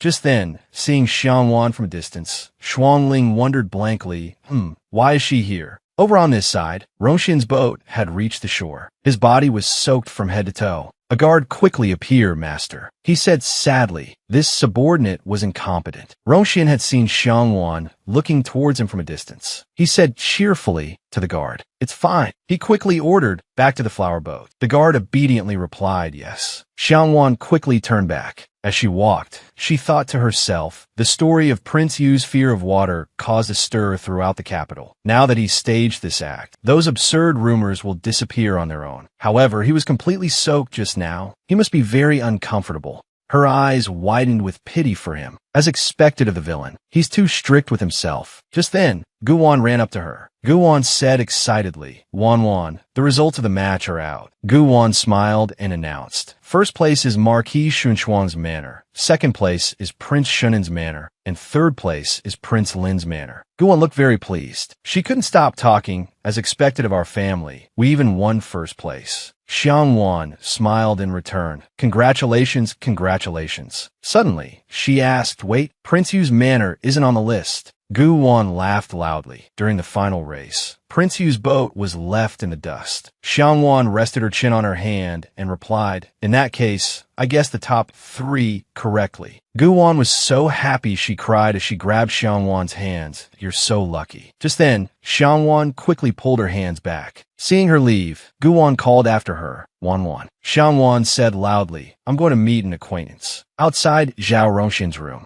a guard blocked the door with his arm. Please stop. Gulan, the second miss of Marquis Xuanshuang's manor, and her maid stood outside, blocked by the guard from visiting. Gulan said sadly, His Highness Prince Yu is unwell. I am His Highness's cousin. Can't I even go in to see him for a moment? The guard said loudly, His Highness does not wish to see anyone right now. Just then, Xiangwan quickly walked past. She said loudly, Let me through. Seeing Xiangwan walking freely, Gulan's body seemed to turn to stone and crack. She asked angrily, what about her? The guard replied calmly, she is different. Gulan bit her lip tightly. The guard was not afraid at all. He retorted sharply, although I am just a servant, I have followed the master for many years. I advise second miss Gu not to have any improper ideas, lest you shoot yourself in the foot. Xiangwan, who was inside, had heard their conversation. She thought to herself, so it's second miss Gu, Gu Wan's younger sister. Inside the room, Rongxian was sitting at the tea table. Seeing Xiangwan, he called out softly, come here. He raised the teacup to his lips and said, sit. What did you come to see me for? Xiangwan said shyly, you intentionally lost the dragon boat race, didn't you? He replied nonchalantly, that's right. Hearing this, Xiangwan's face fell slightly. She asked curiously why. Rongxian answered proudly, you protected this prince's reputation, so this prince will naturally not treat you poorly. As he handed her the teacup, Xiangwan thought, he's talking about the winner guessing game. She quickly took the cup. As expected, he heard everything Jiang Yao said during the winner guessing game on the flower boat. She thought tearfully about her own fate. This is terrible. Being dragged into this vortex of conflict. I'm afraid my little life is toast. Rongxian put his teacup down on the table. He asked softly, you came to find this prince just for this? Xiangwan replied, MHM, while sipping her tea. Her heart was filled with fear. He's definitely holding a grudge because I chose Prince Lin and not him. Rongxian stared at her. He asked what's wrong. Xiangwan gave a slight smile. Your Highness, she scrambled out of the room as fast as she could. This humble servant has other matters to attend to. I'll take my leave. Seeing this, Rongxian was stunned. Once she was out the door, Xiangwan let out a long sigh of relief. She smiled and thought, actually, there's another possibility. She recalled Rongxian's arrogant demeanor. Zhao Rongxian isn't that bad. The script destined him to be a foil for the male lead, making his personality extreme. But in real life, how could such a favored son of heaven be like that? Just then, the guard shouted, hey. He reminded her loudly, treat His Highness a little better. Xiangwan asked blankly, huh? The guard coldly turned his face away, not bothering to answer. Xiangwan pursed her lips. The way this guy talks, it's as if I'm some scumbag who enjoys breaking people's hearts. Xiangwan hurried away. He recalled a previous scene when Rongxian had ordered him to find Xiangwan at all costs. He thought to himself, a beautiful woman, a source of disaster. A moment later, Rongxian said to the guard, you, come with me somewhere. He replied yes. At this moment, Xiangwan was standing in a daze. Suddenly, Gulan exclaimed, Su Xiangwan.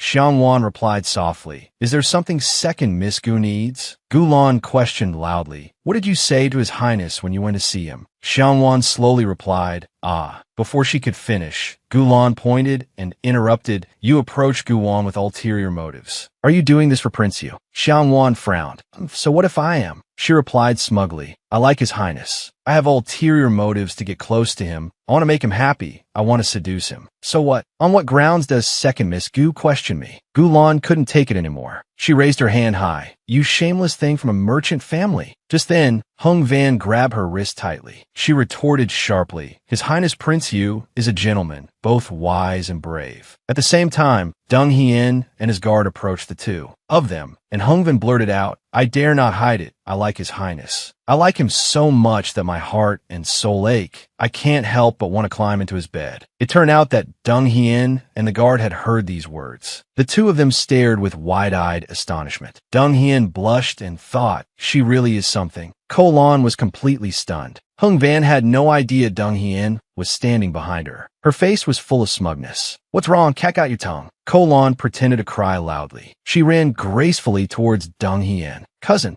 Ko Lan hugged Dong Hien's arm and began to whine. "Cousin, you heard everything she said." This to Hung Van's intentions are not simple. She's thick-skinned and shameless. Seeing him, Hung Van was frozen stiff. Wasn't he in his room? She forced a smile. "Your Highness Prince Yu, I can explain." He gently brushed away her hand that was clinging to him. He calmly reminded her, "You follow me." The guard frowned and said to Hung Van with a contemptuous look, "Femme fatale." Hung Van cried her eyes out. She thought to herself, this is just a misunderstanding. Ko Lan angrily watched the three of them leave. She gritted her teeth. To Hung Van, "I will make you regret this." On the other side of the corridor, Dong Hien spoke softly. "After the banquet ends, we will disperse. You will obediently sit in my boat, and we will leave together." Hung Van blurted out in a daze, "Huh?" He quickly explained, "I'm afraid True Swang Lang will choose that moment to make his move. The opportunity for you to show your loyalty has arrived." Change of scene. At this moment, fireworks were blooming in the sky. Several honored guests were drinking wine while watching musical performances. The young ladies were also laughing and chatting happily. True Triad exclaimed, "The result of today's dragon boat race was beyond everyone's expectations. I just looked at the list. Not many people guessed the Marquis Xuanchang's household would win." The queen said softly, "Your Majesty, someone still guessed correctly this year." True Tri was surprised. "Oh," she added, "it's the daughter of the Su merchant family in the capital." To Hung Van. At this moment, Hung Van appeared. She bowed politely. This commoner, to Hung Van, pays her respects to your Majesty. True Tri waved his hand. "Reward her." He said, "I am a bit tired, so I will return to the palace to rest first. I'll leave the matters here for you to handle." Swang Lang agreed. "Yes." When the emperor and queen left, everyone stood up and bowed respectfully. "Respectfully seeing off your Majesty, the emperor, and her Majesty, the queen." At this moment, Dong Hien extended his hand towards Hung Van. He said, "Let's go." Seeing the two of them hand in hand, Swang Lang's face soured slightly. Hung Van cried internally, "This time I've boarded a thief's boat. I won't be able to protect myself in the future." The princess frowned. She said to Swang Lang, "Isn't the Su family your people?" Swang Lang gently brought the wine cup to his lips. He replied, "The Su family is, and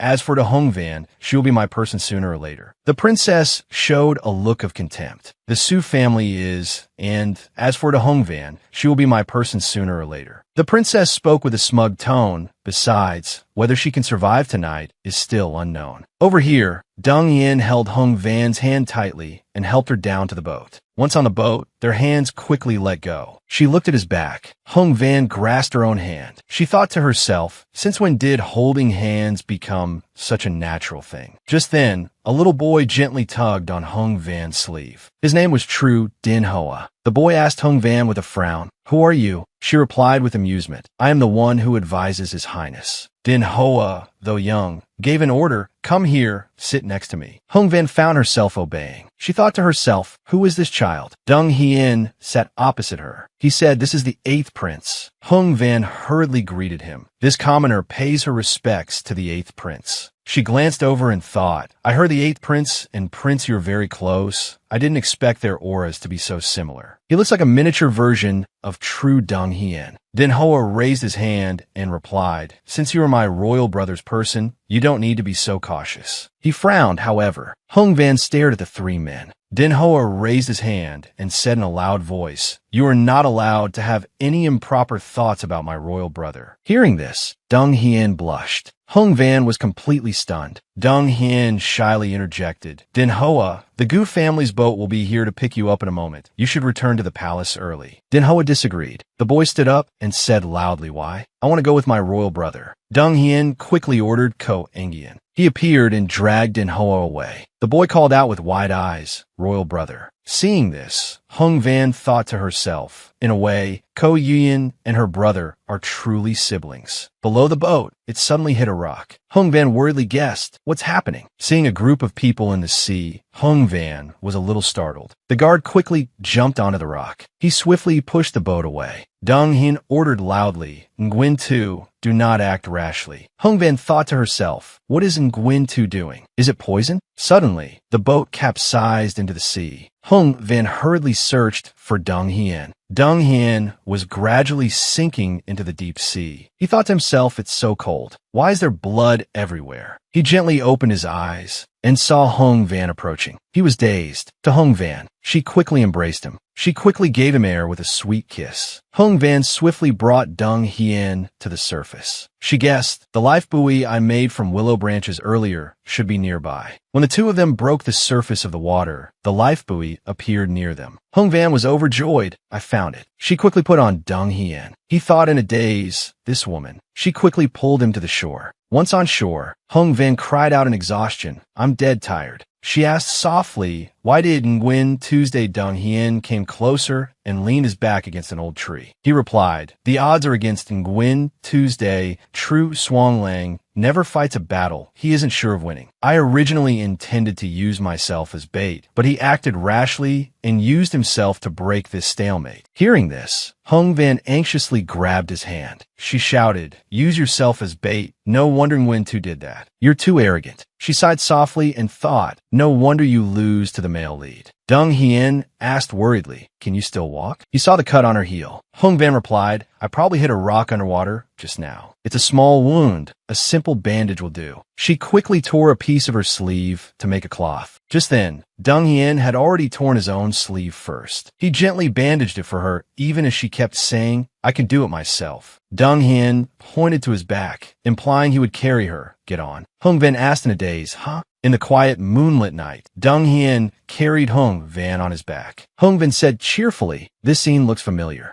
Dong Hien replied with a blush, at first, you and I jumped into the abyss. When we got out of the mountain chasm, you carried me. At the small gate of the prince's mansion, Dong Hien knocked softly. A maid quickly opened the door for the two of them. The two of them quickly walked towards Ko Yuyan. Seeing her, Ko Yuyan was worried. Van. She asked, are you hurt? Hung Van waved her hand. Just a little bump, it's nothing. Suddenly, Ko Yuyan's eyes widened, seeing the cloth on her wound. Ko Yuyan was intrigued. This bandage cloth is. Hung Van smiled and cut in. I'm suddenly so thirsty. Hung Van drank the cup of water in one gulp. Ko Yuyan and her brother beside her were stunned. It turned out the cup of water she just drank was strong liquor. Hung Van exclaimed in fear, this is. Ko Yuyan smiled. Van, I really didn't know you were such a heroine among women. When Hung Van looked towards Dong Hien, she was surprised. Why are there two true Dong Hiens? Just then, she gradually fell. Dong Hien quickly caught her. He held her tightly in his arms. He said to Ko Yuyan, Ko Engian, you two may leave first. Seeing him carry Hung Van away, Ko Yuyan seemed very angry. She yelled, what are you going to do to Van? Ko Engian beside her quickly stopped her. Don't talk so much. Your mouth has caused our household enough trouble. Ko Yuyan said sadly, but I heard that Prince Yu has always wanted to kill her. Ko Engian said softly, with His Highness's methods, if he wanted to kill a merchant's daughter, could she possibly still be alive now? He said in a loud voice, His Highness has given the order. We need to go reinforce Nguyen Tuesday. Let's go. Dong Hien gently held her. He walked slowly. Hung Van frowned slightly. She opened her eyes to look at him. She thought, what scene is this? Why don't I remember it? Dong Hien spoke. You're drunk. Hung Van retorted sharply. I'm very sober. You're drunk, not me. If you want to take advantage of me, you should at least come up with a better excuse, right? Dong Hien gently put her down. You can walk on your own, so I'll put you down. Hung Van grabbed his robe tightly. She hugged Dong Hien tightly. Just keep hugging me. I'm being taken advantage of anyway. I never said I minded. She peeked at him with amusement. Young men these days are so handsome. I can't help but want to tease them. Dong Hien said in a loud voice, rest assured, I will take responsibility. Hung Van blurted out, and so naive too. She gently stroked his hair. You're really getting into character, huh? How do you plan to take responsibility? Are you going to marry me just because of a little hug? Dong Hien suddenly stopped in his tracks. He replied, yes. Hung Van was half awake, half dreaming. She mumbled, this drama has an intimate scene too? Why didn't the director tell me anything? Where are the cameras? Dong Hien chuckled, you really are very drunk. As he brought her into the room, Hung Van asked worriedly, where are you taking me? He gently laid her down on the bed. He sat down near her. Xiangwan blushed and said, you've become more and more assertive this year. She thought to herself, but with a face like this,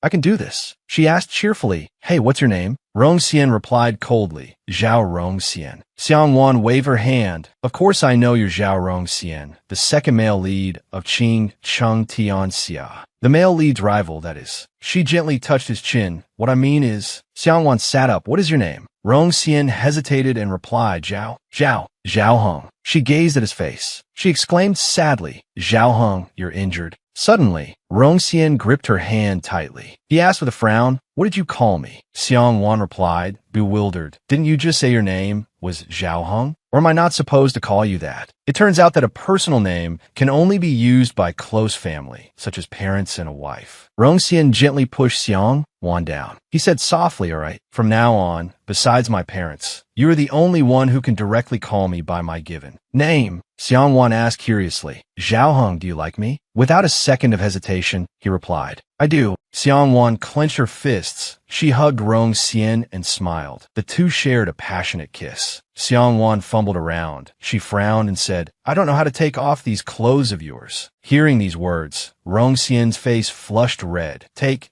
off clothes, he turned around. It seems I'm the one who's drunk today. He looked at her with a determined gaze. Wait until I hold the investiture ceremony and marry you into my manor. It won't be too late then. Xiangwan smiled. Don't worry, for a renowned movie queen like me. How could I be lacking? Rongxian gently touched her face. He whispered, you're starting to talk nonsense again. He kissed her smooth hair. Was she always this adorable? Scene changed at the Su Manor. The next morning, Xiangwan woke up with a start. The maid standing beside her saw this and said, Young miss, you're awake? Xiangwan felt a slight headache. She asked, where am I? She looked at the maid and thought to herself, I got too drunk. I can't believe this body passed out after just one cup. What a miscalculation. Looking at her wrinkled clothes, she frowned. What's with my clothes? It looks like I just came back from a fight. There was some jewelry on the dressing table. The maid said while combing her hair, last night, His Highness Prince E personally carried young miss back. You should have seen the looks on the old madams and the master's faces. The Su Manor is in the same boat as His Highness Prince Lin, so they are both afraid and wary of Zhao Rongxian. Xiangwan thought fearfully, looks like I'm going to get a scolding today. My head is aching right now. I don't have the energy to deal with them. I might as well go out for a while to get some peace and quiet. She calmly speculated. I'll go to Prince Yi's manor first. I don't know how Yuan Si is doing, but why did Zhao Rongxian personally carry me back? Doesn't he have a serious obsession with cleanliness? She shook her head slightly. I'll stop thinking about it. Xiangwan quickly pulled the maid's hand. Let's go